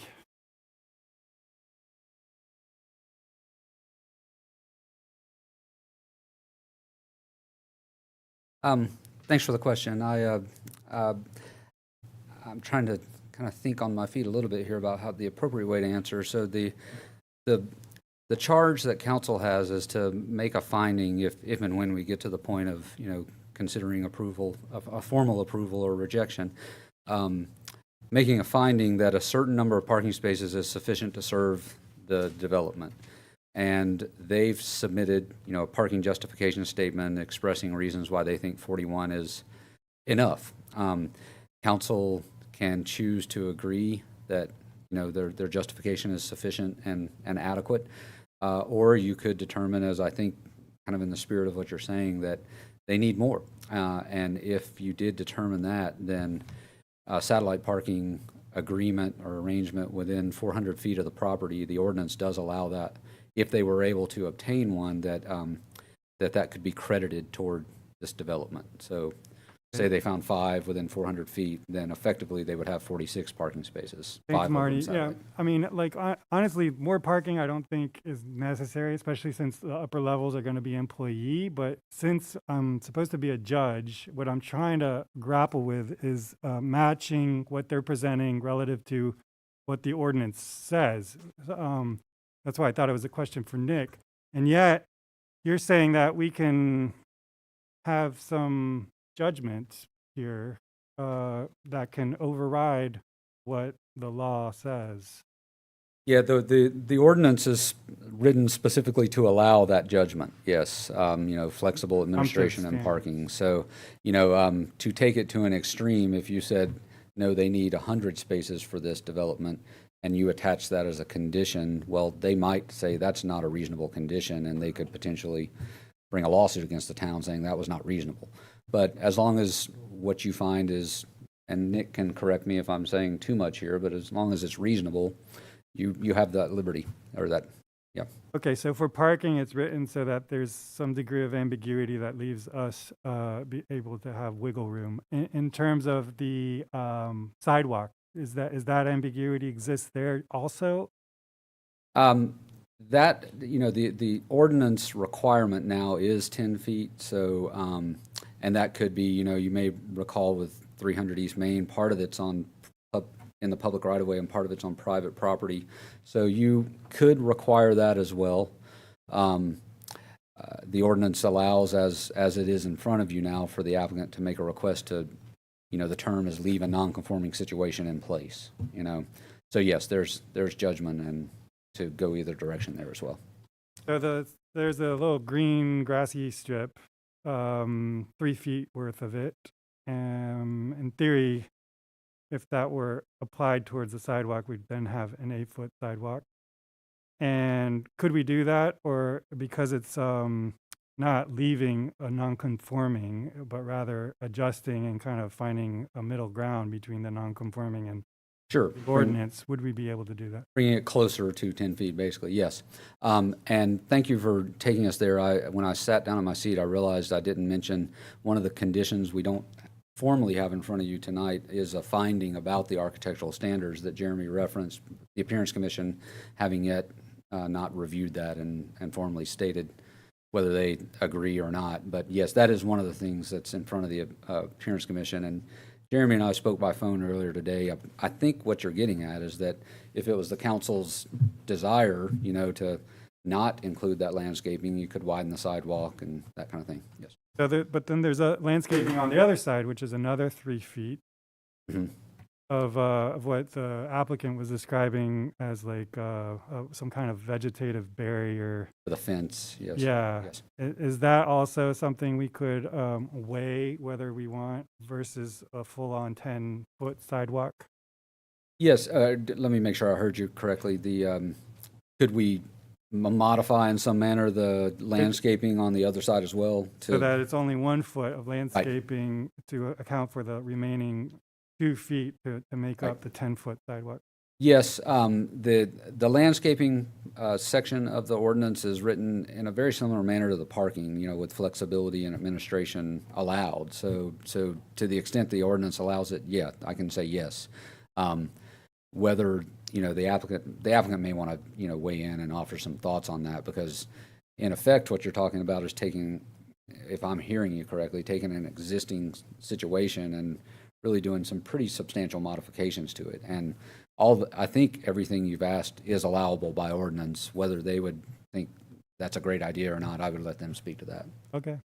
Thank you for that. Yeah, I'd be interested in hearing what y'all think about it. If you need more time to think about it, sounds like we're going to have another meeting, maybe then, or your first impressions are also welcome either way.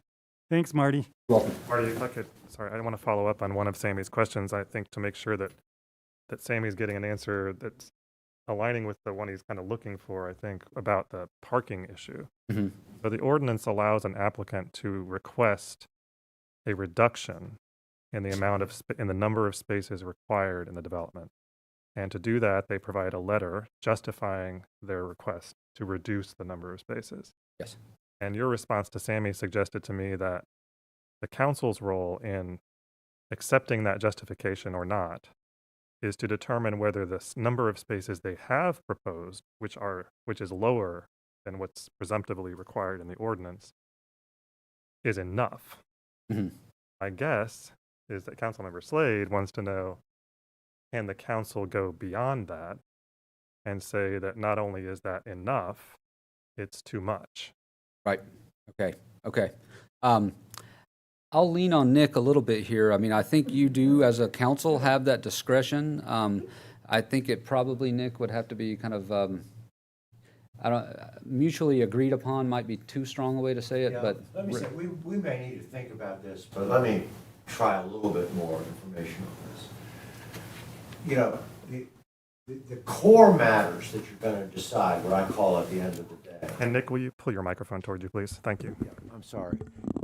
You know, remember is, you know, the impact on property value, right? Harmony and consistency with the plan. Those are the major conclusions that you're being asked to make.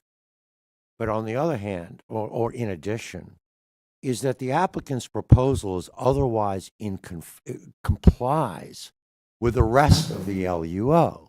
So that's Okay? the fourth. Yeah, that's right.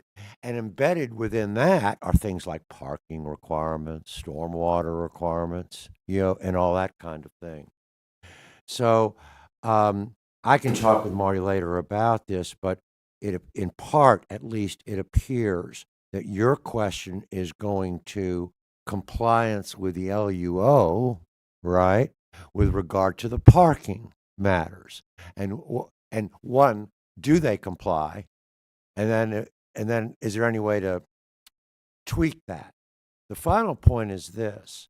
In connection with what I call the core matters that you're going to decide, this council is free to impose additional conditions. This has nothing to do with the applicant's consent. Additional conditions if those conditions are rationally tied to one of the standards. Do you understand what I'm saying about that? Which is another way of adding something that otherwise, for example, isn't found within a parking regulation of the LUO. Okay? Okay, great, thanks, Nick. So, one question I will want from the applicant is a sense of the range of what the employee parking. I understand this isn't written in our land use ordinance, but for us to get a sense in terms of what is necessary to be parking in this very valuable part of our town. Employees who park 8 to 5, from my perspective, is a major waste of space. And so if you could at some point provide your sense of how many of these parking spaces will be employees, it'll give me a sense of appropriateness in terms of what we must have in terms of parking. Hold on, Ed. Yeah, Ed, you can come respond, but you'll need to do it at the podium. And I also want to just suggest, for the sake of time, too, that some of these questions you may hear from council members tonight are questions that you need not answer tonight, because I suspect we'll be continuing this. Okay, but you'll need to come to the podium for that. Thank you. And Ed has already taken the oath. So. Hello again.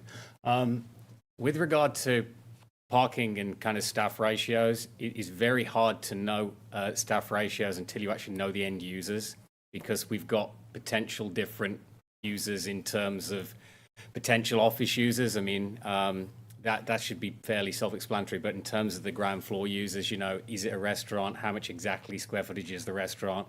You know, is it a bookstore? Is it something else? That's going to really define it. And probably the biggest driver in terms of what's driven that parking, we definitely tried to drive it down as absolutely low as possible. I mean, parking is wasteful. Like, it's a very expensive commodity to have in terms of infrastructure. Very, very wasteful on every kind of metric. So really, we didn't want to provide any more than was absolutely necessary, especially in a location like this. The baseline that you're really stuck with is what is leasable, really. You start to offer fewer than X number of spaces per 1,000 square feet. People have got their check boxes, you know. In terms of the market. I'm looking for a restaurant space, or, you know, I'm looking for a small bookshop, I'm looking for this, that, the other. They're brokers who are looking for space on their behalf. They will immediately put a big red line through your opportunity. Okay. So we've really just tried to make sure that the place can be successful. Okay. But I will I will look at this further, and I will see if I can provide you more information by next time. Thank you so much. Just one more question, not for you necessarily, maybe eventually. Who's your question for, Sammy? So the question is, did you ask? Who is it for? Who is it? Who's your question? I'm not sure. I think it's probably for Nick, or maybe Marty. So one of the explanations given by the applicant in terms of justifying his not needing this amount of parking was all these other modalities for accessing the downtown, such as sidewalks and transit and all these other things that, just like parking, represent value and cost to somebody.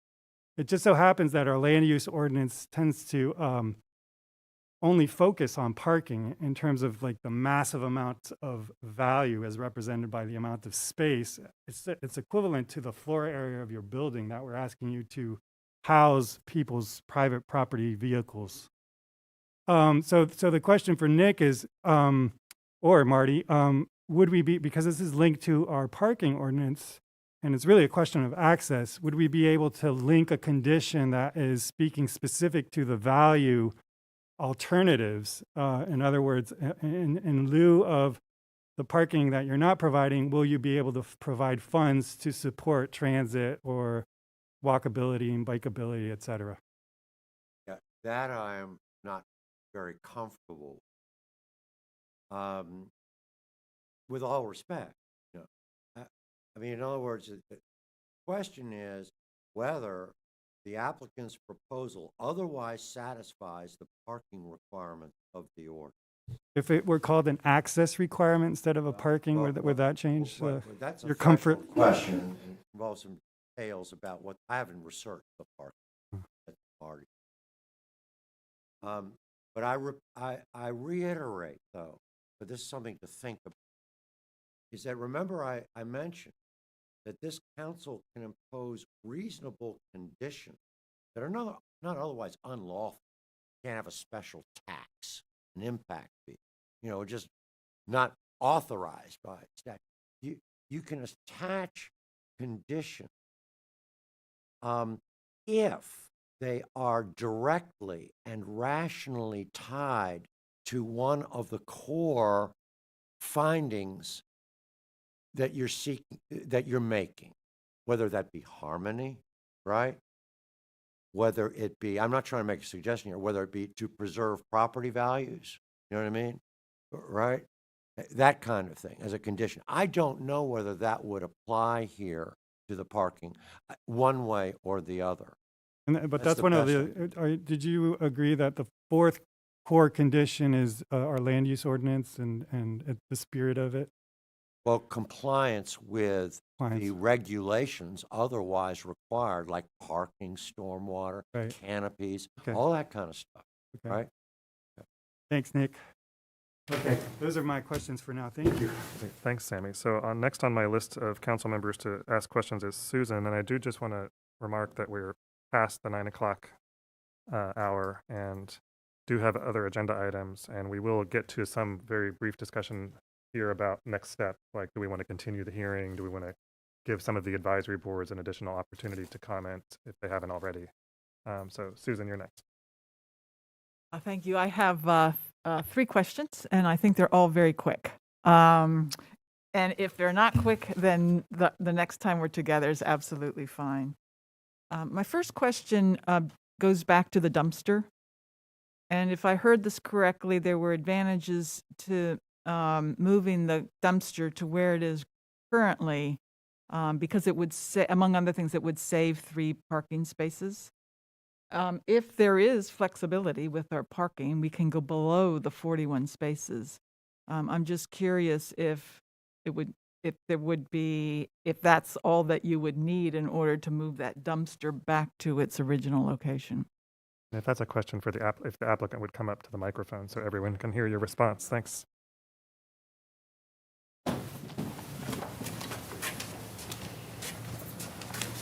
Jeremy Anderson, CJT. I think it goes back to a little bit what Ed just said in terms of the market, the market rate for parking. He feels that that's the number 41. We go too far below that, even if staff or the council feels that it is. he worries about the leasability of the building in general. So that is, we looked at what it would cost to move the dumpster inside the site, and it's 3 parking spaces, so that drops our number down to 38. And, you know, we're starting to get a little nervous about that number if we go below the 41. So that's why we're not wanting to entertain that at this point. Mhm. And would that still hold if satellite arrangements were made for employees? That we may have to come back to you on. Mhm. In terms of, again, how marketable it is if that's the arrangement, that's what the lease has. But we can come back with the answer on that one. That would be great. Stay put. Yeah, The yeah, other yeah. 2 questions Yep. are also very short. I wanted to talk just a moment about the EV charging stations. So in our land use ordinance, I think with this number of parking spaces, Marty, correct me if I'm wrong, but I think you would be required to have 2 charging stations and at least 8 spaces that are EV capable. Correct me if I'm wrong, Marty, but if that's, I didn't see anything about this in the summary here, and so I was curious if you were aware of it and if you would be able to follow through, you know, be to be consistent with the LUO. Yes, thank you for bringing that up. Actually, Tina made note of that to me earlier in the evening, and I will be curious to hear their response. The thing that I need to go back and look at is the date when we adopted that into our ordinance. If that post dates their original application date, a new state statute essentially gives them the ability to choose one or the other. With that said, I would be eager to hear from them. They may welcome the idea of adding that to their plan, but I need to do a little more research on that. Right. Thank you, Marty. We'll save that for next time. Okay. And then final question. One of the very first slides, there were some bullet points, and you ended up skipping over the slide because you mentioned Marty had done a really good job covering. Yeah, and so I noticed there it says 16 bicycle parking spaces. And we've had a bunch of different numbers now on the bicycle parking. So my understanding right now is that the LUO says 7 spaces, and I thought you all had doubled that to 14 bicycle parking spaces, but now I'm seeing 16, and I was just is that your understanding? Well, I'll take 16. So maybe I shouldn't be pointing this out, but I just wanted to let you know, just be aware that some different numbers have been floating around. No, it's 16. And there's 3 racks for 6 spaces here. Those are covered. There is a rack. I can use the mouse, I guess. Maybe people can see it on the TV. So there is one right here. That's 2 spaces. There's one right here. This one I don't think was circled on your slide, Marty. There's one right there on Weaver, and then there are 3 on Greensboro. So those are all. Okay. So there are 8 racks, 16 spaces. Right. Great. Actually, since that went so fast, one other quick question. This is fast too. You mentioned this neighborhood meeting, and it sounds like there's been tremendous engagement with the neighbors, but I'm just curious at that meeting, if you had a sense of roughly how many people attended. Yeah, it was 2 years ago. No, that's not the neighborhood meeting. It was about 2 years ago. I can come back. I do have the full attendance. I have the recording. So it was, I want to say maybe 10. It was not 30, 40, 50. It was a small dozen, a small handful of folks. Okay. That's all I need for now. Thank you so much. I really appreciate it a lot. Thank you, Susan. Randy? Yeah, let's see, Jeremy, can you stick around for a second? My question Absolutely. really, you anticipated my question. I was going to ask about tree canopy. And in the plans, it showed, reading it, it said 9 trees were going to be planted, and yet the plans show far more than 9, so I didn't know if there are any legacy trees that are already there. I mean, I really couldn't figure out what would be new, what's being replaced, what's, Everything you see on the screen right there is new. There are no legacy trees. There's really nothing on site. There are, I think as the one neighbor mentioned, there are some questionable, where they exactly sit along this property line. I've looked at them. There's nothing of particular note in there. There's a bunch of photinias growing in there, but 9 is probably the requirement to meet the minimum shading requirements. That's why that was referenced, but this is what we're planting. So there are 8 trees that we've kind of considered street trees that would shade the street, and then these are the broken buffer plantings that are required, and they also screen the parking. So what you see on here are all proposed trees to meet various buffer, shading, street tree requirements. and so, given that the trees are going to be planted along parking lot and along streetscape, so they're going to have to be they're going to have to be trees that will be fairly small, won't they? Because the root system. At initial planting, they'll be between 2.5 and 3 inch caliper. This edge, whatever, we'll be digging up this edge to put, again, we're pulling that sidewalk edge back. This is going to have to be reworked, this edge, because it does actually push into here a little bit. These are the edges against the existing parking that are, maybe you're referring to existing pavement that we were keeping. But we will, there's adequate room to fit a 2.5 inch, 3 inch tree ball in there. Yeah, I mean, I'm just hoping that that corner doesn't become a heat island. You're right when you and Ed were opening it up, saying that has been like the armpit of downtown for so long. But there's been great interest in that area feeling more like green space, and I think you've got a good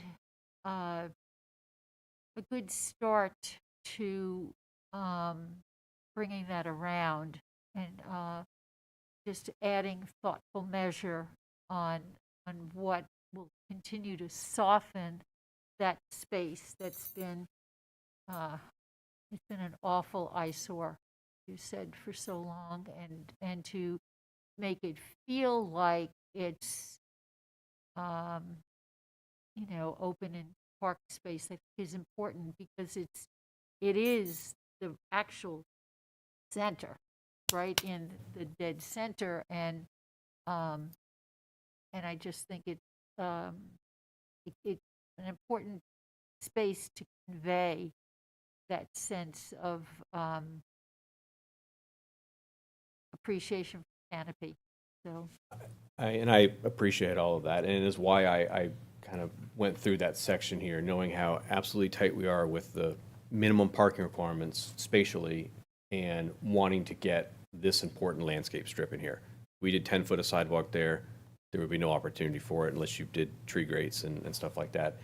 So putting that landscape strip in there, allowing us to get trees that will canopy over the sidewalk there and then shade the parking lot, but yet not pushing it back too far where we lose all of the buffer against the neighbors. So we feel like we have provided, a 3 foot zone where we can put plantings on both sides of that and get shade trees, get screening, and meet, soften it up, as you mentioned. I think the only other thing I would hope is that in some of the space, especially maybe even on the back side and on the where the impervious pavers will be, there'd be some planters. Some raised planters pots. Exactly. Thank you. Thanks, Randy. Okay, I want to move us to a point where we can talk about next steps for the council. But before I do that, just for the benefit of staff and the applicant, assuming that we'll continue this hearing or do something to get us to another date here on this project, summarize that I think you've heard some interest from Sammy about information about the parking justification and what options or considerations the council might have on that topic, the width of the sidewalk along Weaver Street, and what flexibility there is to achieve something closer to what's required in the ordinance. Susan asked some more for more information about the dumpster and the location of the dumpster and whether there's flexibility about that. Susan also asked for staff to come back with information about the ordinance requirements regarding EV parking spaces. Randy asked a question, I guess, wanting just some more confirmation about the details around tree canopy on the site. And I would just like to throw in a quick question or just ask for some more information at your next presentation about the, and I didn't see this in the packet, but the design of the bicycle racks, whether they're appropriately designed to fit bicycles and they meet sort of, modern standards for parking bicycles. And then in addition to that, the location of the covered bike parking, which first of all, I want to appreciate that covered bike parking is included in this project, but it is quite far from the building itself. And want to just suggest that you all come back and think about that. I think I summarized some of the key points that council members raised, and hoping to get more information on those topics from the applicant and from staff at the continued public hearing. And then I'll finally say, council members, the Appearance Commission, the Planning Board, did not have a quorum on the night that they were supposed to consider making recommendations on this application. And so I think there may be an opportunity for us to allow them that opportunity. I know that the Planning Board's next meeting is scheduled for May 5th. I don't know about the Appearance Commission. The Stormwater Advisory Board did not have comments that staff reported. The Economic Sustainability Commission sounds like they may wish to have an opportunity if they're, it sounds like they didn't talk about it, but they may want to. So just want to note that as we think about continuing this hearing, that we think about how that accommodates potential comments from some of these other advisory boards in addition to the Transportation Advisory Board. Other thoughts from council about how we move? I agree. I think we should continue this public hearing and do so in a way that allows for those advisory boards that haven't had a chance because they haven't had a quorum to provide input. Or not. Can I take that as a motion to continue this public hearing to a date to be determined by the manager? Is that appropriate, Mr. Attorney? Yeah, we would need to announce it right? We'll need to meet the notice requirements. Right. Is that correct, Sammy? Is there a second? I'll second. Sorry. Oh, wow. Okay. I'll say that it was seconded by Randy, thirded by Barbara. Okay, there's a motion by Sammy, second by Randy, to continue the public hearing to a date to be determined by the manager, understanding the notice requirements for that date. Any further discussion? All in favor, please. Marty is going to help us with some discussion. I'll swap you. May I suggest, it's up to you ultimately, but may I suggest that we go ahead and define the date so that we as a planning staff don't have to do another mailing? And what I had in mind, which I think I briefly told Jeremy earlier today, was 1 month from now, the fourth Tuesday in May. That's what I was thinking, Marty. I appreciate you asking for that. That way we're essentially noticing it tonight. Yeah, that's right. Okay. If you do that tonight, you have a date certain. So I accept that friendly amendment with the date. Would it be possible, Mr. Manager, what would you think, Marty and Mr. Manager, about the beginning I was about to say I should check this with Richard. I was trying to look beginning ahead. at the first week in June? Yeah, The because first week in June. 24th, we have the budget presentation, the CIP, and you have the Art Center coming back tonight as well. What about the first meeting in June, which would just be a month plus a week? For now, that looks good. Okay. Sammy, would you amend your motion to designate the date as First, maybe, right? first meeting, our first regular meeting in June? Was it second? Randy, is that okay with you? Yeah, the 7th.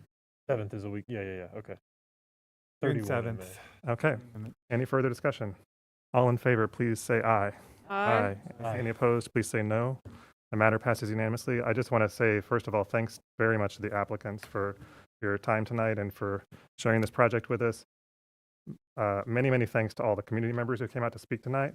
The first time we've had an opportunity to do something like this since more than 2 years ago now, and it's nice to have some engagement with our residents here on a really important project like this. So thank you for being here tonight.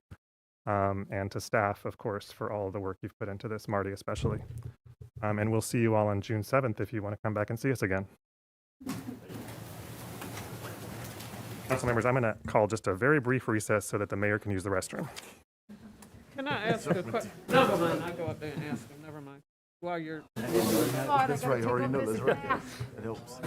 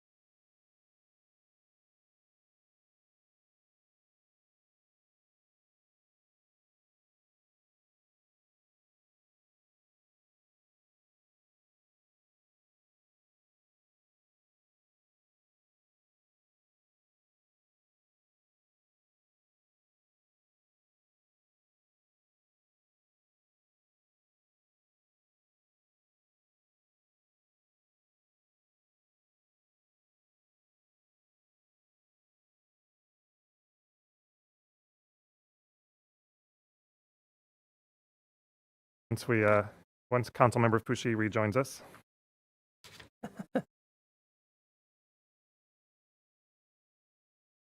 Hey, Barbara, we're going to get started again. I'm harassing John Hartman. Sorry. Thank you. All right.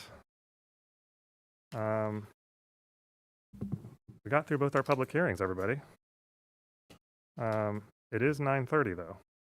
So we've got a couple other matters to get to, and I'll go back to Mr. Manager. Next item is a presentation and acceptance of the downtown parking study. And John Hartman Brown Economic Development will introduce the topic and the consultant. Welcome, John. And we don't have to swear you in. Not yet. Unless you want. Good, yeah. Thank you, Mr. Manager. Thank you, Mayor, members of council. I am happy to provide for you a final copy of or hopefully the final copy of the 2022 parking study for downtown Carrboro. And with us, we have John Martins from Walker Consulting to give you a final presentation of the study and walk you through that. And then what we're recommending at this point is that if you find the presentation acceptable, to accept the presentation and recommend the study to a few of our advisory boards, notably probably the ESC and the TAB, for additional review and recommendation back to the council. So with that, I'll welcome John. Great. Thank you, John. And when we welcome the next John to the podium, I appreciate you, John, summarizing what we've been asked to do tonight, and that is, first of all, to receive this presentation, which we're very much looking forward to. I know I am. And then to hear any questions or comments from members of the community who are here who I know may be interested in speaking.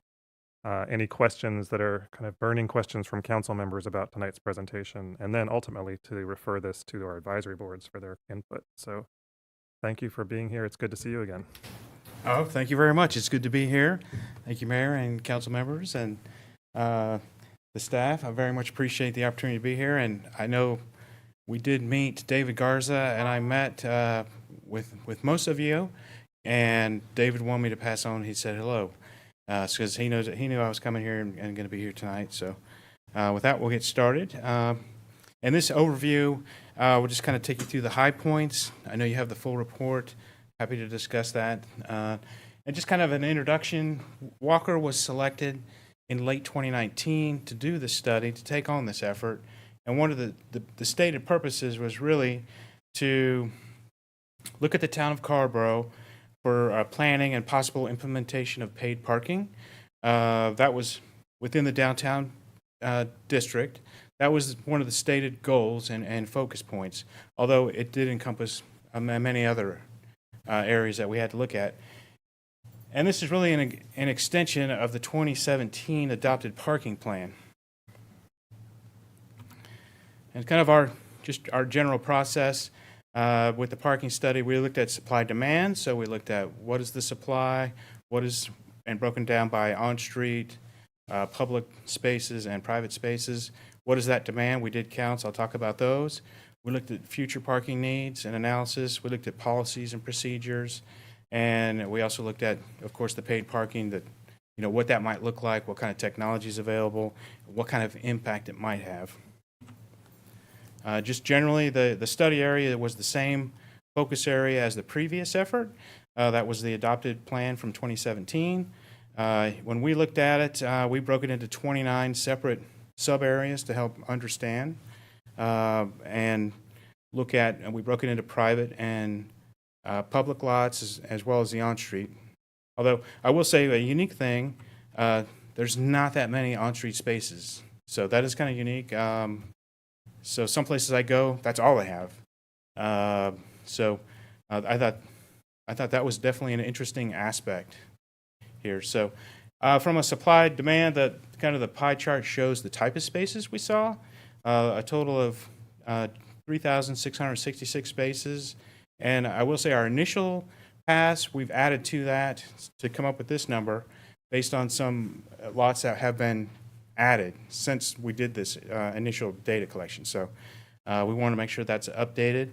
And really, I think a key thing here, the public supply represents a total of about 21% of what we inventoried. So things that we don't include are like automotive, repair shops, gas stations, because that's why they're in business. Those cars are sitting there because they're having good business, I would assume, right? But they're not really generating demand. Overall, the peak occupancy we observed was on a Thursday around 11, and that was with about 40% of the overall total spaces occupied. But I will say, that's nice to know, but it's really not that helpful. We'll get into that because it's such a big area, right? But it is important to understand and compare. And we look at just the public parking, that occupancy was observed to peak on a Saturday at 9 p.m. with 57% occupancy. And that's just when we look at the public space. So it's a smaller piece that we're looking at. But you know, that activity level overall was definitely higher. I mean, it was definitely noticeable. Obviously, if we saw 40% during the day, it was kind of like, oh, this is like the most cars we've seen. When we do these, it's more fun when there's a lot of activity. So I would point that out, that it was notably busier.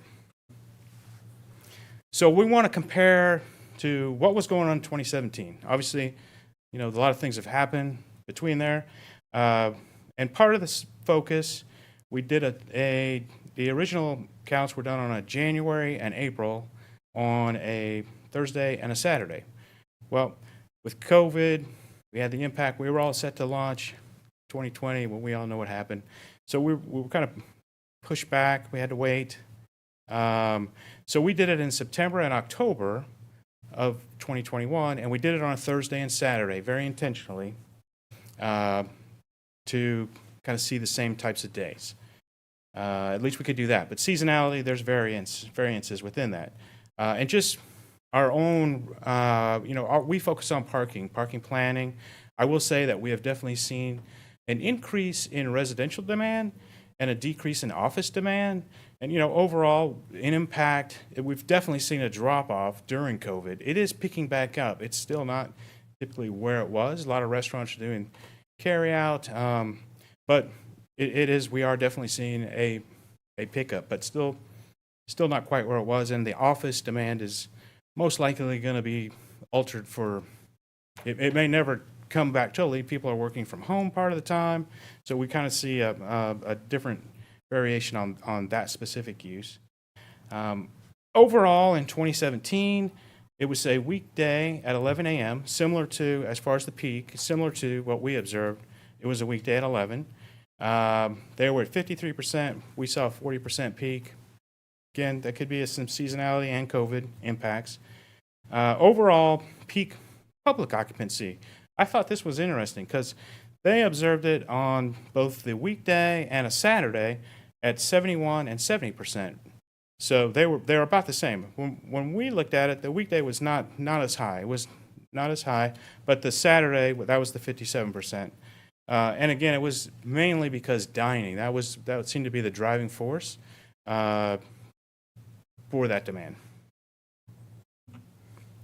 So now here's where we kind of feel like this is a lot more helpful. And we dig into this in the report, but just kind of an overview. We look at what is a reasonable walking distance. Okay, so each one of these circles represents what we would say is a reasonable walking distance. Walker has done research on this, and we do walking distance at a level of service approach. So A, B, C, D, and F doesn't really, people aren't going to walk that far. And these areas represent level service A and B. So A would be, if I get to park in an A, I'm happy. We want our customers to park there. You know, ideally everybody could park in an A, but sometimes you can't. But B is still acceptable. It's just a little further, and it represents 400 feet to A and 800 feet to B, and that's outside through a like a surface lot, or you have to walk through a sidewalk. There's variations to that if you park inside a garage or depending on where you park, but this is the most appropriate. So the zones, oh yeah, I can, good. So zone 1, 2, 3, and 4, and I know it's a little blurry, it's probably clear in the report. The top pieces represent the weekday, okay? And then it's broken in, and then the bottom is on Saturday.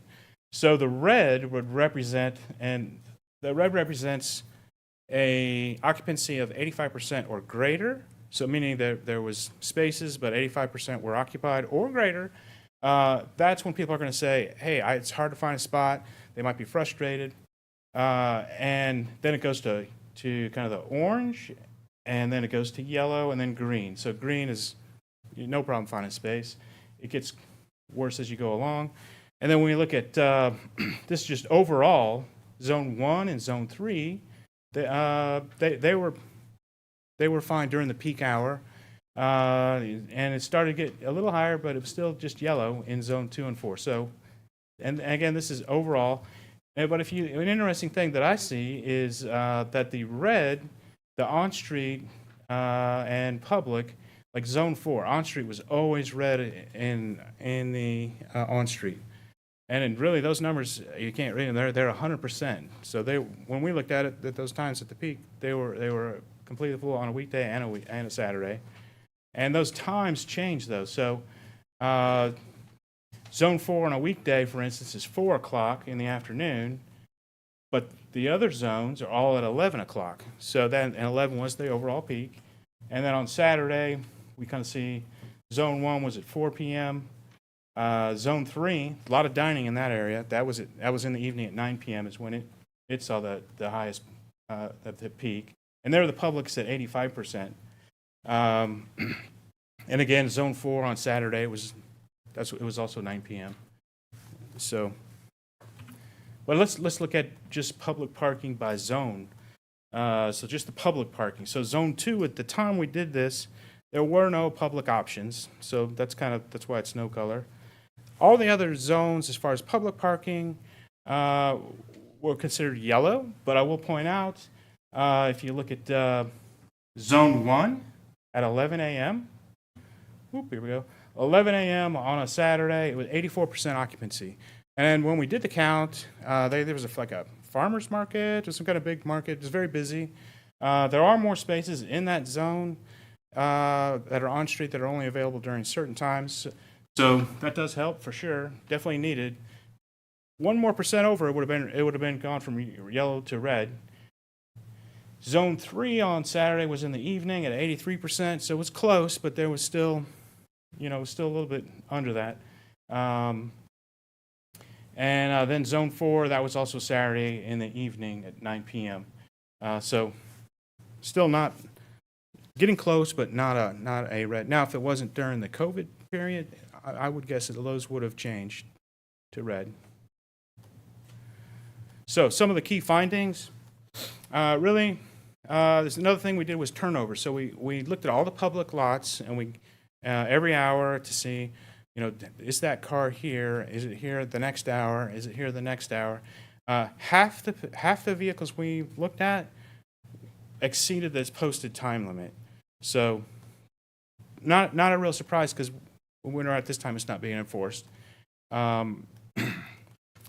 The public parking areas, they're really hard to find unless you know where they are.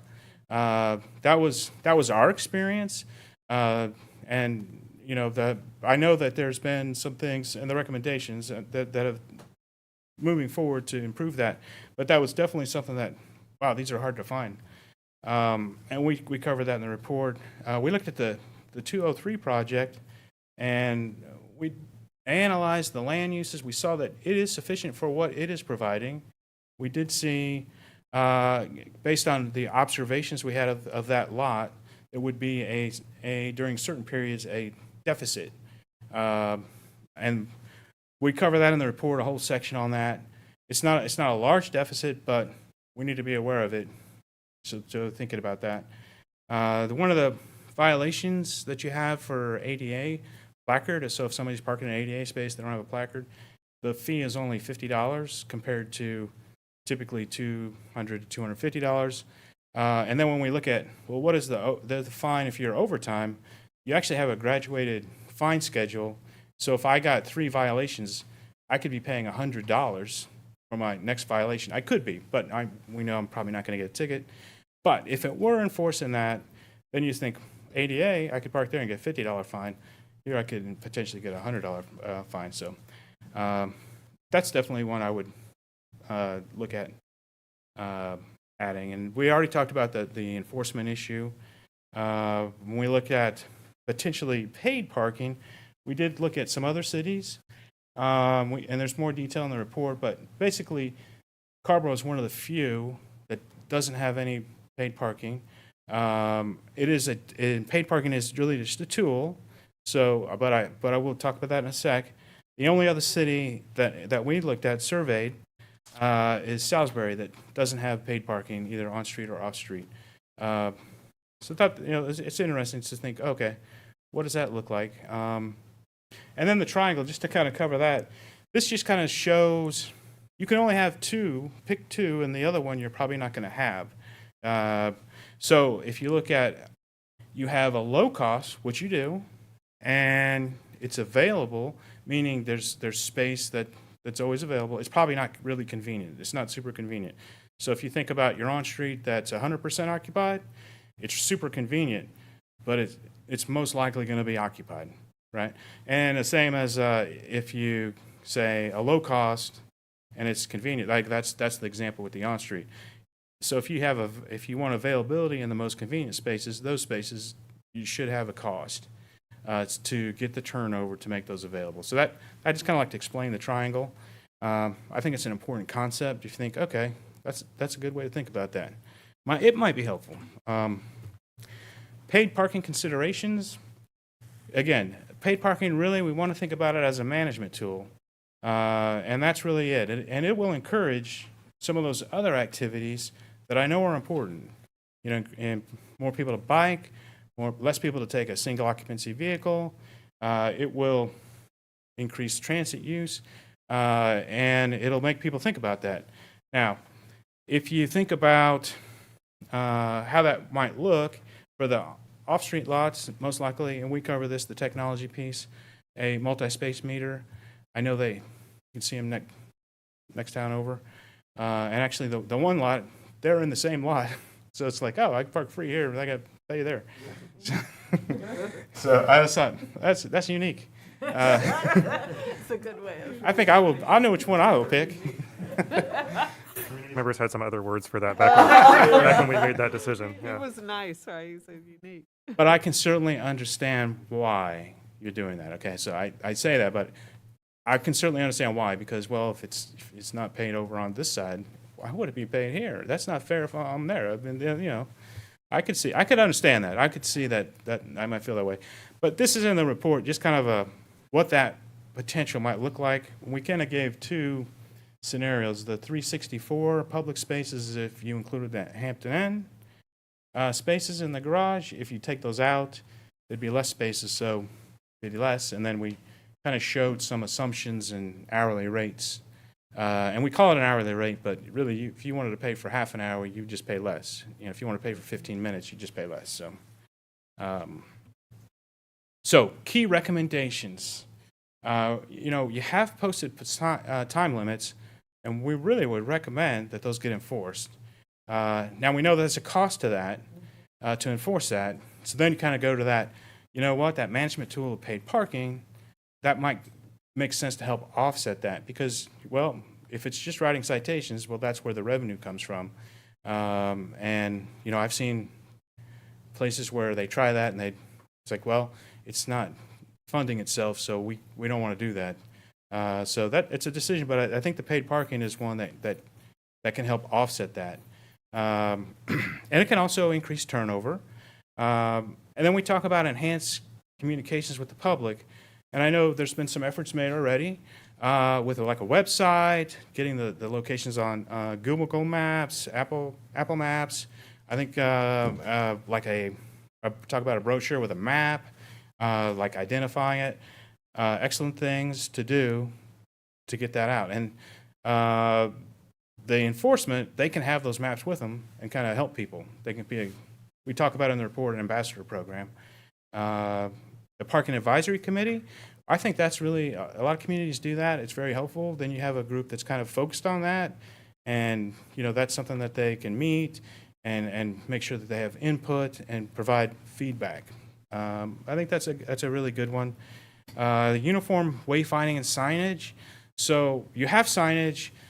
They almost all they're all like very similar. So, and I know there is a plan, but I think from when we look at this, we're looking at a common, a P for parking. It's usually something unique, could be unique to, Carrboro.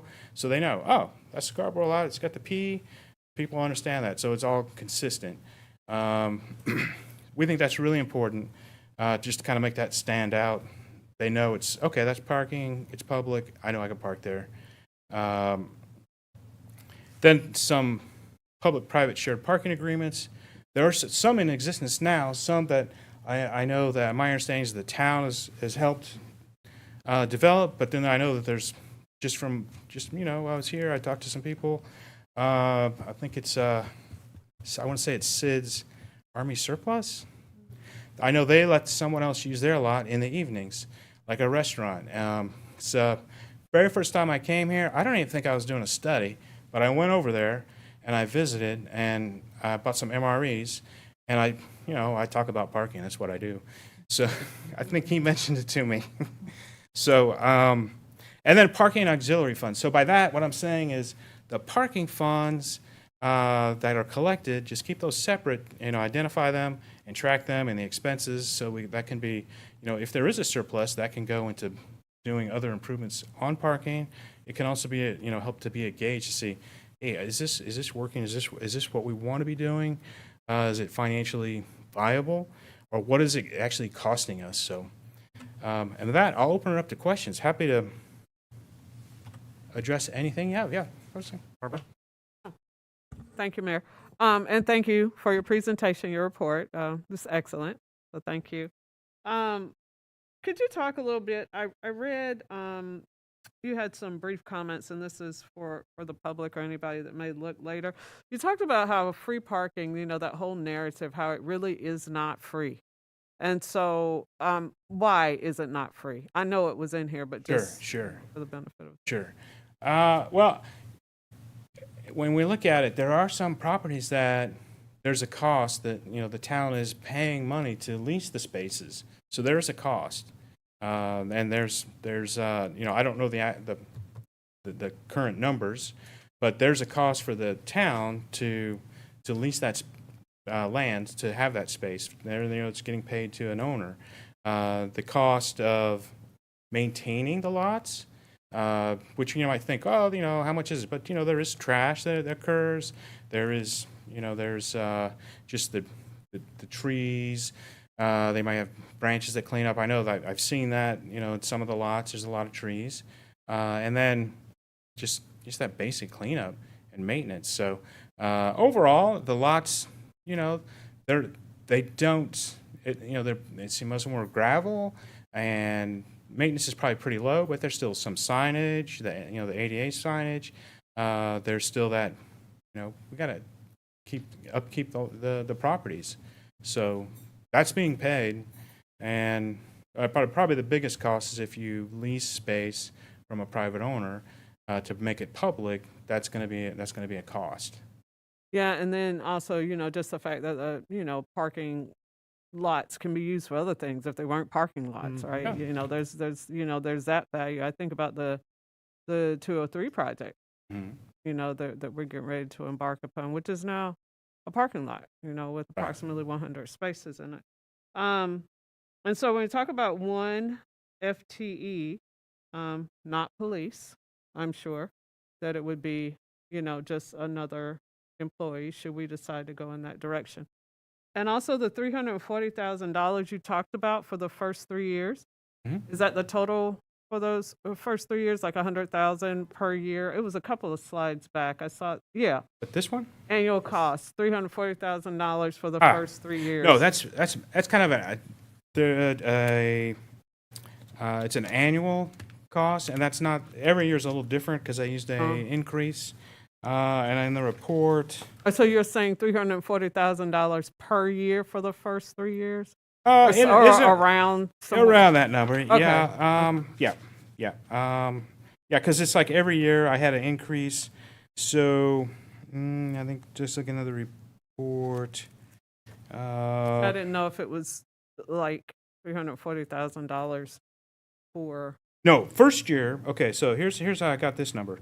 Actually, the first 3 years, it's going to be more because I assume we're adding multi-space meters to the kiosk. So, but after 3 years, by year 4, they'd be paid for, right? Oh, got it. So, and those meters, I use an estimated cost of about $10,000 each. That's fully installed.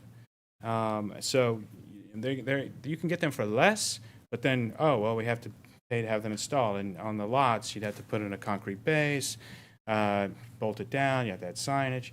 So, 10,000 is a good number for budgetary reasons, right? But if you bid it out, depending how many you buy, if you buy in bulk, I mean, I've seen the prices, $5,700. And it depends on the manufacturer. But then, well, it's $1,000 to put the base in. So that's a good budgetary number. So the first year would be, I came up with $335,000, and then $340,000, $345,000, and then once those meters are paid for, it was down to $285,000 roughly. So that cost, and then after that, I mean, the meters can last a lot longer than 3 years, 4 years. I've seen some that have probably been in a little too long, maybe 10 years, but you could probably go 8 pretty safely. The technology changes, the credit cards, now you get the reader with the chip, and the maintenance costs go up over time. So, Okay.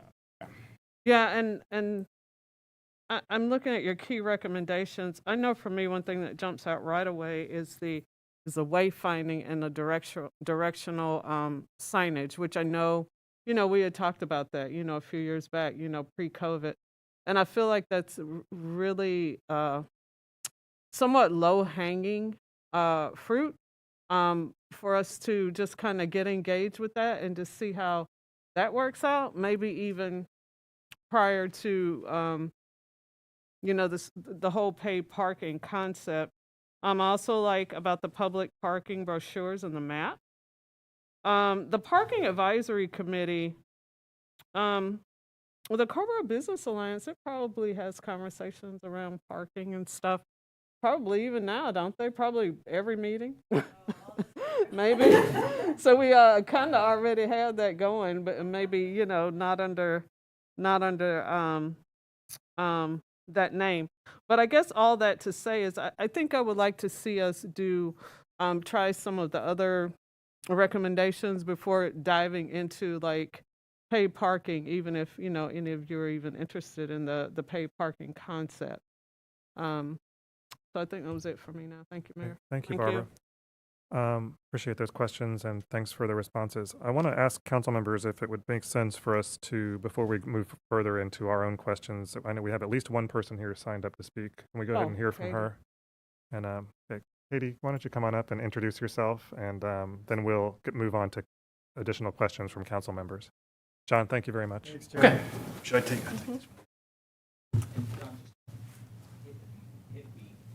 Hit what? B? Welcome, Katie. Thank you. Good evening. I'm Katie Luvis. I provide staff support to the Carrboro Business Alliance, which is a membership organization with more than 100 local enterprises committed to a thriving Carrboro. They asked me to speak this evening to share some feedback. We haven't had enough time to go through the full report and really take votes and positions. So I'm going to give you just some general commentary of things I'm hearing from your local business community, overall, as well as specifics to this report. First of all, when we think about parking, it's important to step back and philosophically remember that Carrboro's economy and your local business community that you celebrated earlier this evening is not sustainable by their local residents and those who come by foot and bike. We need visitors to come into this community to keep it thriving, and they need a place to park. That's thing one. Now, when we get to the report, the first opening key finding, if you didn't hear this wonderful presentation and you just looked at the first executive summary, you're going to think Carrboro is completely flush with parking. There's no problem here. And that's a very troubling and unhelpful opening finding. The reason that that finding came through is because the consultant looked at the entire district, which spans basically from, say, Carrboritos to O2 Fitness, and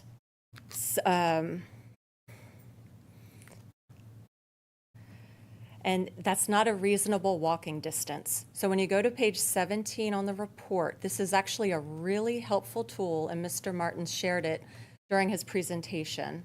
The reasonable walking distance is about 400 feet. So as policymakers, as you think about that, a football field is close to a proxy. So walking from one side of this district to the other, you're talking about 14 football fields. So to put out a number in the public domain that there's excessive parking, because when we take the grand total of 14 football fields, which a reasonable person would not walk, you're left with an incorrect optic. Thankfully, the consultants used a zoning approach, which we recommended, and we're really pleased with that. And we think this is actually going to be a very useful tool for you as you think about and assess parking in downtown Carrboro. However, using the zone approach and the count that was done, which is good policy to do the count, the troubling factor is you could see there were some green zones, some yellow zones, but some members of the Carrboro Business Alliance, particularly one major employer, took a look at numbers, pre-COVID September numbers to this year's 2021 same month numbers, and their customer count was down 40%. So we're basically, the count that you're using to guide your policy decisions is a troubling or insufficient from what I'm hearing from our business community, because it doesn't reflect the reality of their business enterprises. So you're using numbers in a hardship period, and we're left wanting, can this consultant do one more step in the study to help us get closer to numbers we can all agree on when we talk about parking? And that would require somehow perhaps accounting for these COVID impacts, the fewer number of customers.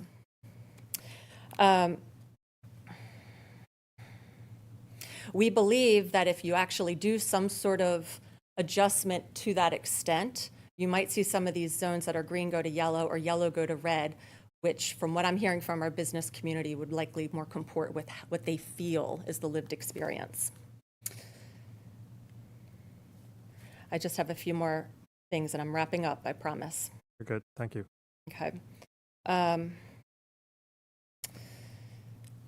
As I talk to managers of parking in other communities, I often hear, well, what's the right split of private to publicly owned? And my understanding through this report is Carrboro owns or manages, controls about 20% of the parking, and privately it's about 80%.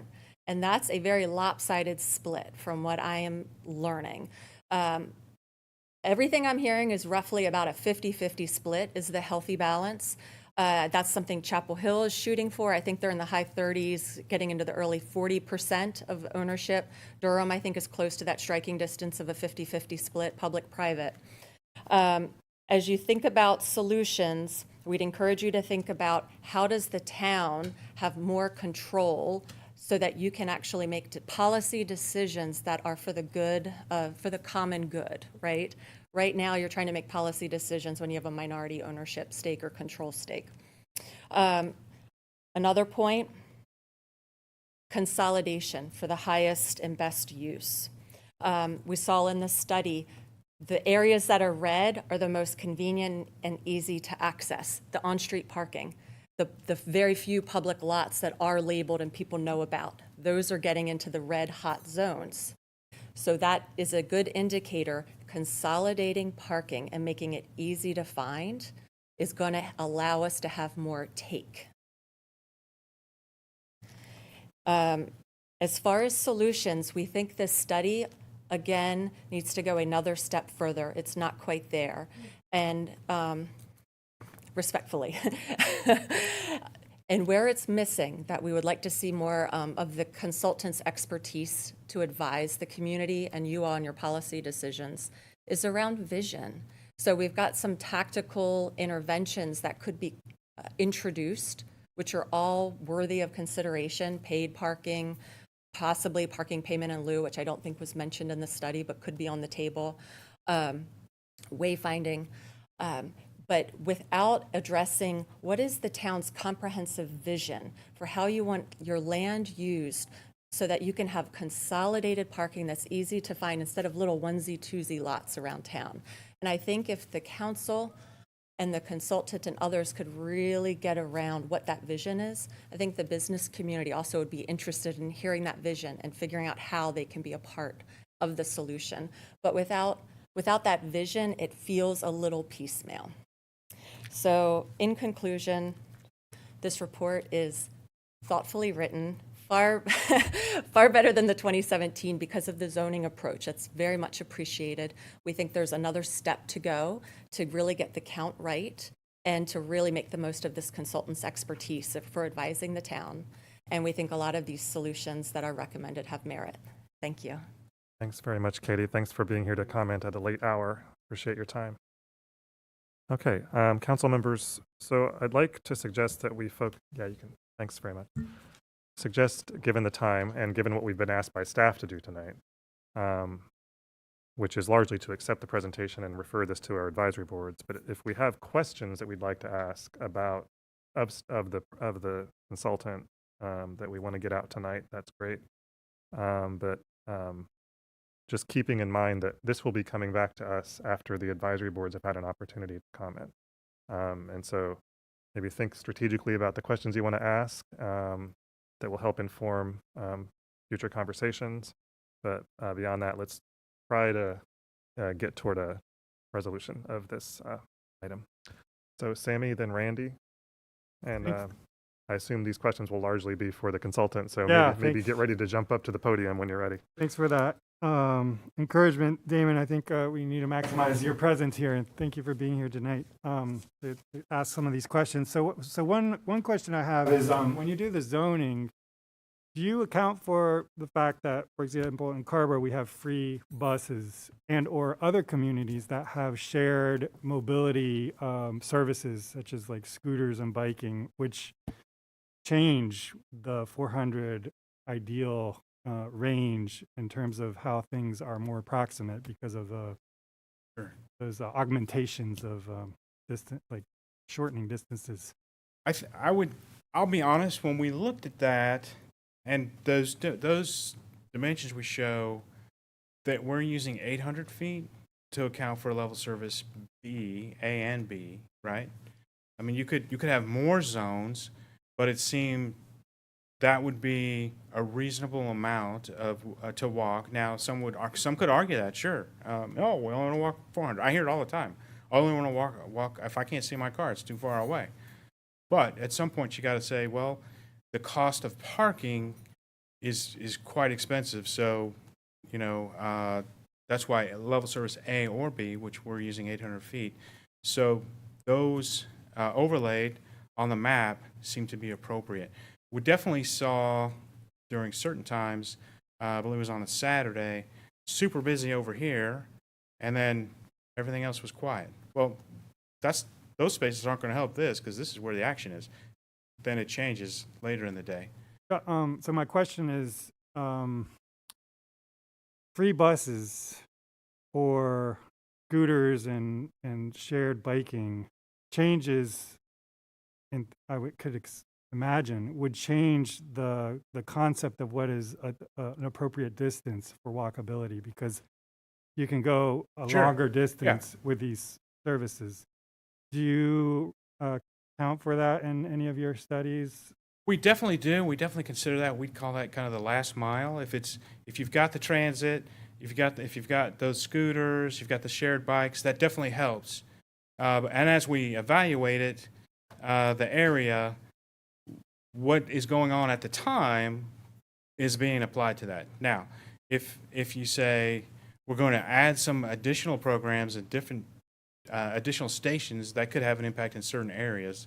And it might actually extend that range to say, okay, if I go to this spot, then I can get on the scooter, I can get on the bike, and I can a shared asset, and I can go to this other zone that's further away. There would be definitely some benefit, but it's because of the focus of those zones. I wouldn't go any larger with the zones. Okay, yeah. So But it definitely has an impact. We know they have last an mile impact. has an impact. Okay, good. The other question is, you recognized a difference in distance for employees, for example. It's a bigger right range that they would be willing to traverse. So that's really helpful. I think that our land use ordinance does a poor job at recognizing those differences. And we just have a standard distance that off-site parking is allowed if they can't meet our land use ordinance. So I think that's an area we could do some better work on. The other thing, you mentioned on page 60 that there's the private public arrangement of a shared parking, but then there's also the possibility, and you allude to it on page 60, of sharing in the service for paid for parking and the enforcement. Yes. Which is different than the leasing of a space. So instead of leasing the space, you'd say, we'll put this contraption on your lot, and when your lot's available, we will share in the revenue generated and share in the That could be an enforcement. option. So if there's certain hours that they say this is when we want to make it available, I think I may have had a picture in there of it as an example. I've seen it done with just paid by the app. So if you have an app, it's posted. You can park here during these hours. Just use the app. Then you don't even have to pay for that expensive meter, right? And then obviously enforcement's part of that equation. But that can make those kinds of spaces easier. And we recommended something similar in Fayetteville, North Carolina, because they added the baseball stadium. So we said, these lots, we know they're permit, but in the evenings and on the weekends when there's a game, it's very close to the stadium, that would be a way to generate funds, which could be shared, whatever that arrangement is. If the city didn't own it direct, or if it was just a lease, they could share the revenue. So thank you. And for the thanks for the breakdown of the cost and how to pay for that.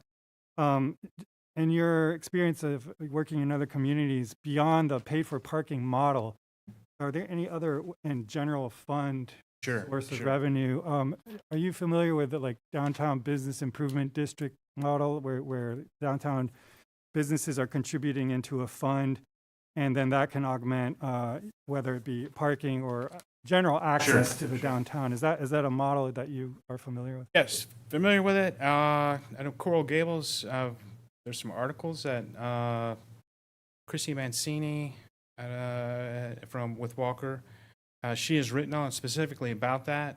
And what's her name? Sorry. Chrissy Mancini. Chrissy Mancini. And she, I know I've had discussions with her about that. And basically on that, the businesses pay a fee. So if they're going to build something, there's a certain fee that they have to pay, and it goes into a fund.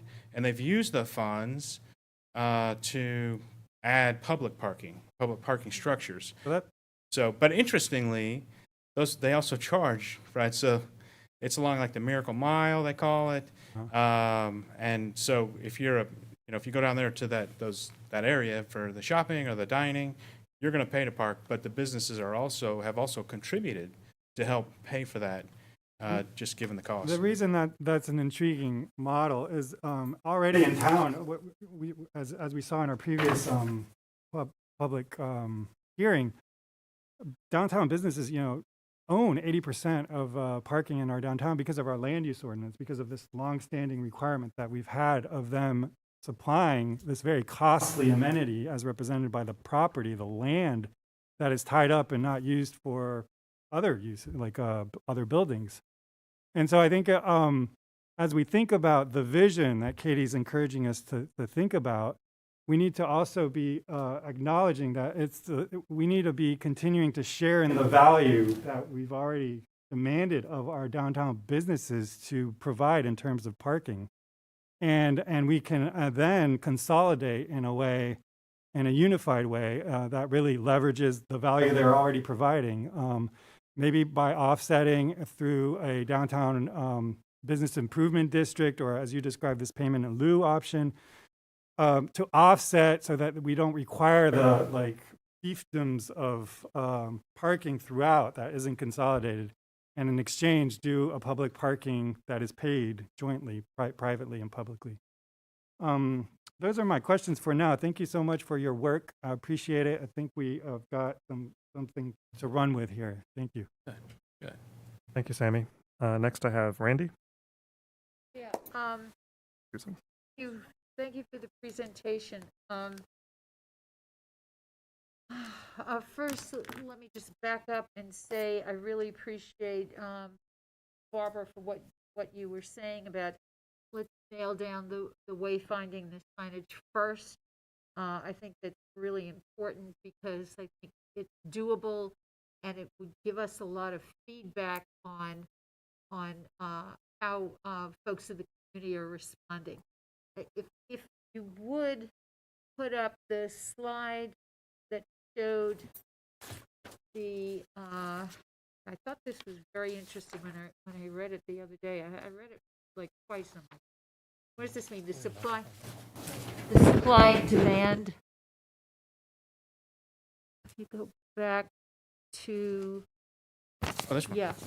Okay, it may be that it rolls over to the next one, but I thought it was really interesting. Weekday, Thursday, 11 a.m. I could see that. And then the overall peak public parking occupancy, Saturday, 9 p.m., 57% of the public supply. That really struck me. And it struck me because it underscores what Katie said that I don't think we really talk about enough, which is that Carrboro's local economy on Saturday night is big. That's Friday night, Saturday night, those are our big nights. And so there seems to be like a need to look at the parking, and I'm just throwing this out there. I'd really like to see Friday and Saturday be looked at separately because of what it infuses in our local economy that is very different from midweek. So, for example, you have a problem in the midweek because people are doing extended parking during the day, right? They're parking and they're literally parked for the whole day for as long as they can.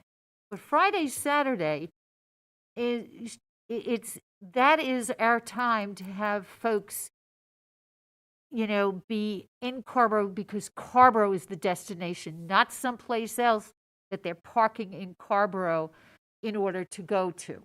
Right.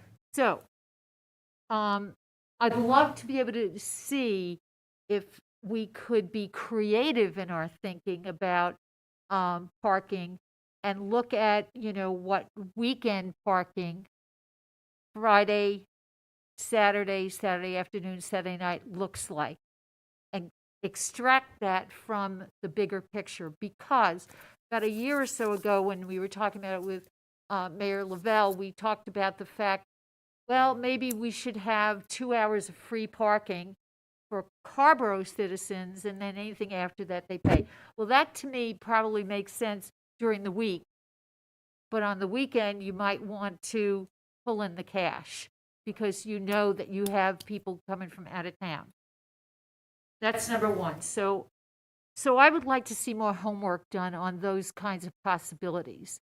Because I agree with Barbara, we really need to do those things that are most practical first, get them going, right, and then look at how some of the changes that are going to happen very significantly downtown between the 201 North Greensboro project and the 203 South Green, how that's going to start to shape our thinking.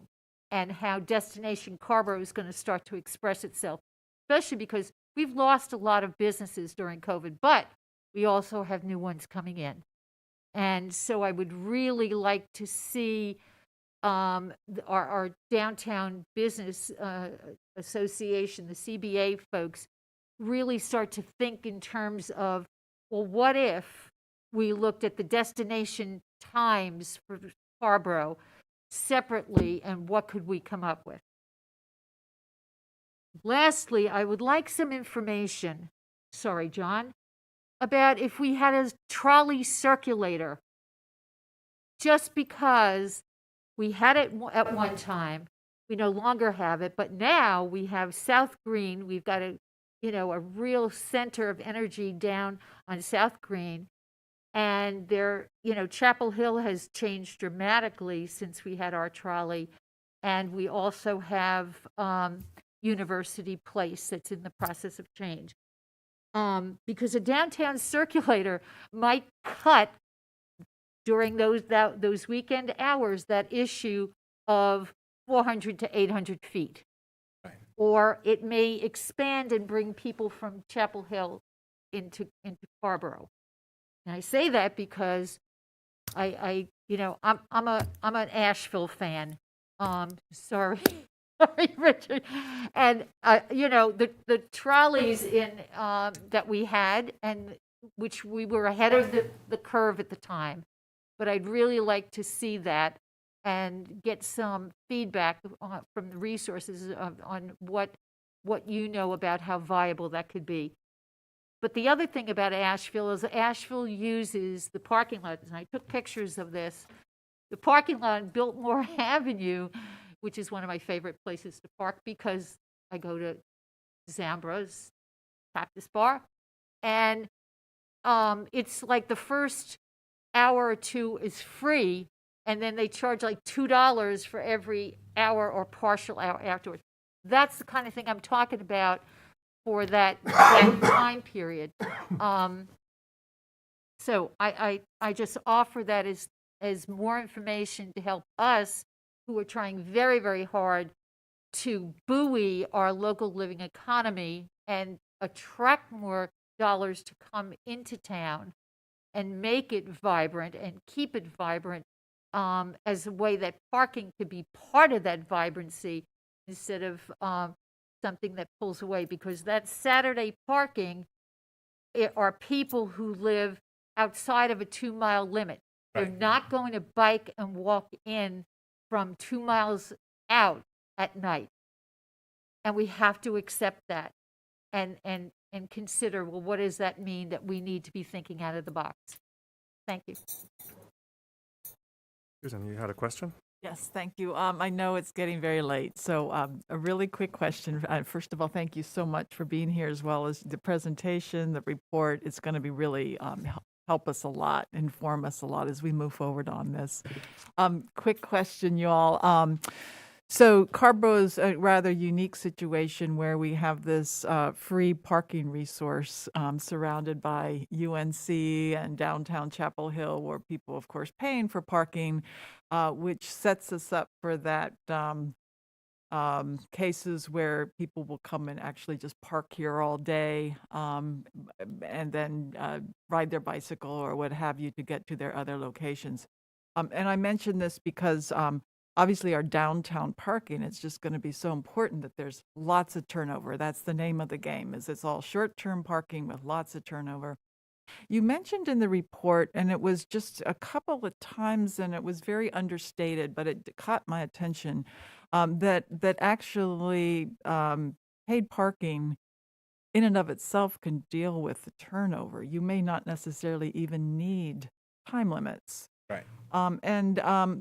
I was struck by that. I mean, is there somebody we can look to that has done that and kind of see the results, because that could really inform some of our decision making about just how much, how much of our resources we want to devote to the enforcement, as opposed to having somebody like a parking ambassador who's freed up to do, sort of the more positive parts of promoting tourism and hospitality as opposed to the more punitive parts of the role in terms of that parking enforcement. So just curious, any thoughts you have on?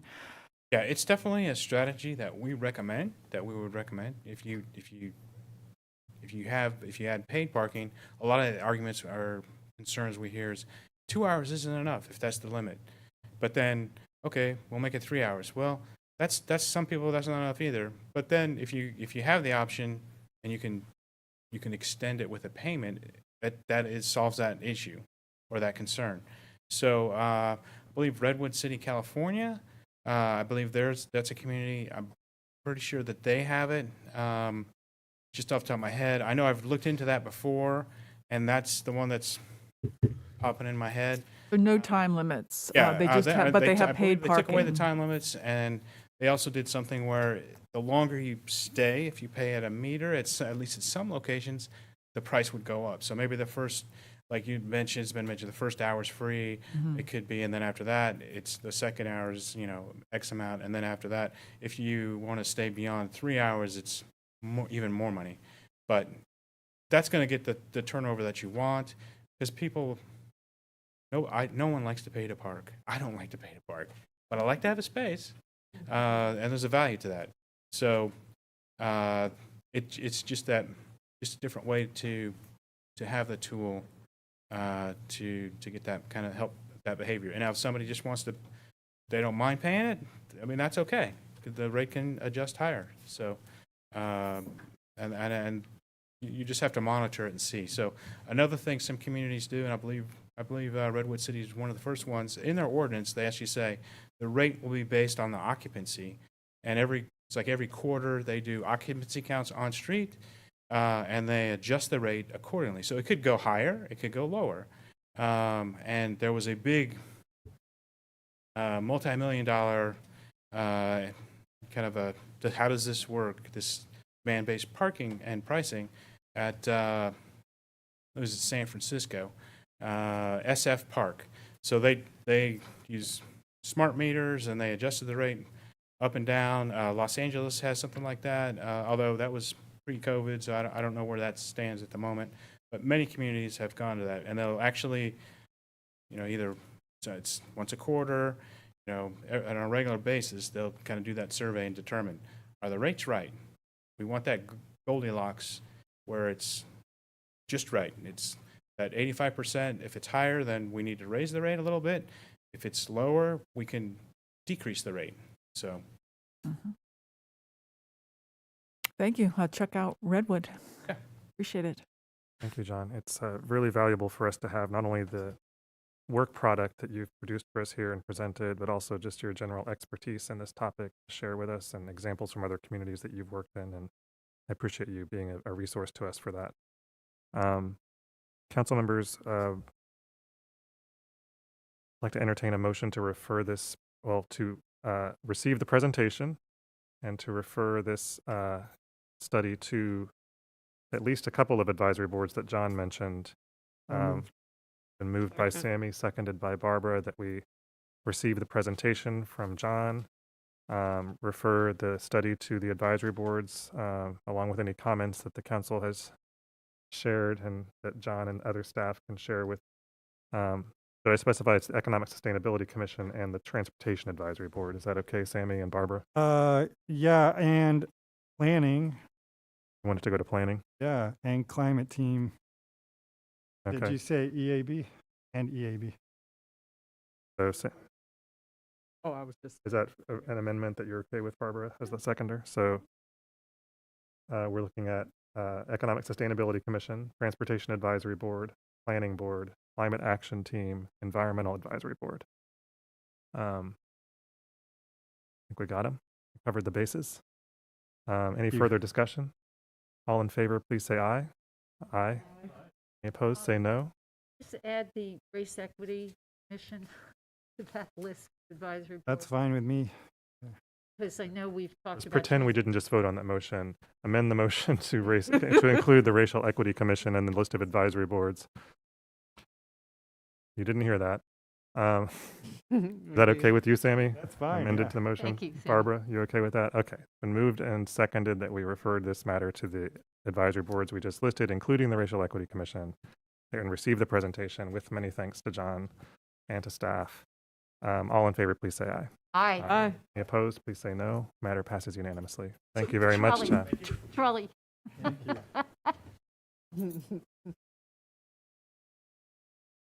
right. See ya. We have one more matter on our agenda. This is going to Mr. Manager. The resolution to enter into a parking lease agreement with Fitch Lumber for temporary parking during the 203 project construction. And there's a resolution attached. John, do you? Is there a presentation from staff?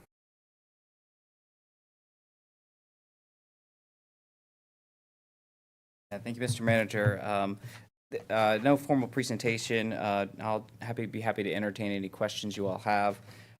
It's fairly straightforward. Lease agreement has been reviewed by council and signed off on it. So we're standard lease as we've done with all of our other temporary lots. So. Thanks. And just so as a reminder, this is an agreement that we've talked about making with property owners to provide temporary substitute parking during the period of construction of the 203 project. Correct. Commitment that we have made as a council to do for local businesses during that time. I had Susan, Sammy, and then Randy. Thank you, John. This is three things real quickly. First of all, in the resolution, I don't see any mention of the address for Fitch Lumber, and I wondered if that address should be in there somewhere. There are different locations Yes. for Fitch. Yeah, that probably should be listed in there just to clarify. And then the other thing I wanted to ask about is 51, I assume, automobile parking places. And I know that there's been some community members who have been urging southern states to provide bicycle parking there. And there's still no bicycle parking there. And I was hoping that some of these spaces at Fitch Lumber could be bicycle parking as opposed to all automobile parking. I don't know what the correct number is, but I was hoping that that could be provided as well. Sure, I think that's something we can do. Looking at the site plan, there's some spaces I'm kind of seeing here that we could definitely work with Fitch to see if they're willing to be amenable to that as well. That would be great. And then the final thing is, could you tell us just a little bit about, will there be signage there letting folks know about the availability? Yeah, so we'll be creating signage here as well as the other Fitch lot and the space behind the 300 East Main, behind the Arts Center as well. Great. And then we're also looking at Community Works has expressed interest, and Dispute Settlement Center, we're looking at individual parking space signage for that when we get to that point. Okay. Thanks very much, John. Thanks, Susan. Sammy, and then Randy. Thanks, John. In light of the recent, fresh conversation we just had, is that signage going to be part of our wayfinding design standard? Probably not initially. That is slated for, you'll be seeing that coming up as part of the capital improvements plan proposed for next year.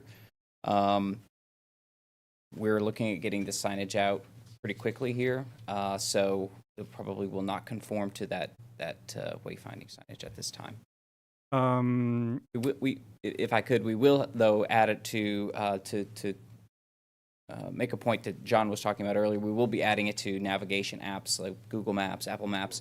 So when people do search for parking in Carrboro, it will show up. Those spaces will. Well, hopefully, because this is temporary, we won't need to create this wayfinding for these lots, which brings me to the next question. Part of the hope is that the 203 parking will provide for the displaced parking that exists there now. And yet, the consultant clearly pointed out that this will be challenging on weekdays. And in the graph they share on page 27 of that report, it's mainly because of the office demand during weekdays. And I mention this because if we want to take advantage of the 203 when it comes online, we need to have those conversations with our partners in terms of how we will manage employee parking and really be thinking about off-site employee parking so that we can open these spaces up and that can serve our downtown visitors. And so I didn't say this as part of our acceptance of that report, but I think this behooves us to really, start that conversation and figure out how we're going to do the shared parking in that deck. And then that way we can truly treat these temporary spaces as what we are intending for them to be now, because I've seen this be a slippery slope where it starts as a temporary space or it's an economic development opportunity, and somehow the council forgets that and we continue paying for something that was not what our original intention was. So I mention this now. I don't know what the process looks like, Mr. Manager, but I really need, I would really like, and I hope the council agrees, that we have this conversation with the Skills Development Center and the library itself and the major employee demand participants of the 203. And if that's, if y'all agree with that, I'd like to make that a formal motion directing our manager to do that. I think that's a great comment, Sammy. Maybe can you hold on to that thought for a little bit later, and we'll get to that. Thank you very much. Randy? Well, I think most of what I was going to say has come up. I'll move attachment A.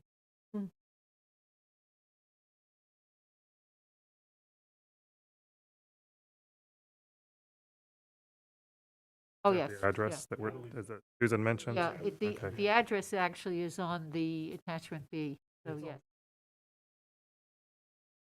Okay, so if it's been moved by Randy and I'll say seconded by Danny that we approve the lease attached along with the inclusion of the physical address of the property. Sammy, I'll come back to you about this separate motion that you raised. Any further discussion of this item? Okay, all in favor, please say aye. Aye. Aye. Any opposed? Please say no. That matter passes unanimously. Just to take up Sammy's, thank you, John.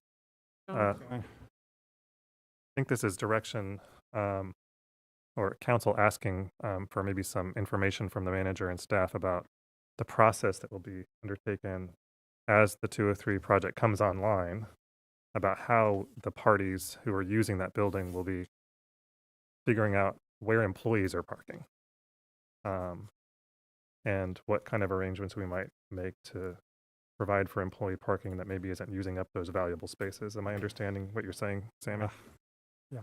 Okay, so and before it opens, so as it's coming online, meaning like before the parking is open, for us to figure that out. Okay, so motion by Sammy, second by Danny, that the council is asking staff to provide information well in advance of the opening of the 203 building about how the users of that building will accommodate employee parking, preferably not in the deck. Any further discussion? All in favor, please say aye. Aye. Aye. Opposed, please say no. Matter passes unanimously. All right. That is the final item on our agenda, unless there are any other matters by council members. Barbara. Thank you, Mayor. And so I want to ask that we revisit something we heard a few weeks ago about our slogan, Carrboro Feel Free. I would like for us to have a discussion about that, to maybe get a slogan that is more befitting of the current state of our community, our values, or either no slogan at all, as the mayor said a couple of weeks ago. So I did want to bring that up again. I just think it's really not who we are right now. Yeah. Thanks for raising that again, Barbara. Thank you. Mr. Manager, I'm not sure in what context we might have a discussion about that particular item, but I know we do have some, well, maybe we should talk about this. Go ahead. I would note that we are working on branding for the town, so I think it would fit in that conversation as well. Put it there. Thank you very much. So we'll just, if there's a unanimous kind of agreement here on the council that we're interested in revisiting that particular question that Barbara raised about whether we really need a slogan. Thanks, Barbara. All right. Entertain a motion to adjourn. Moved by Danny, seconded by, Susan, that we adjourn. All in favor, please say aye. Aye. No, matter passes unanimously. Thank you, staff, so much for getting us through this meeting. The anchor leg. Okay. We are 2 minutes. Amazing quick. Relay.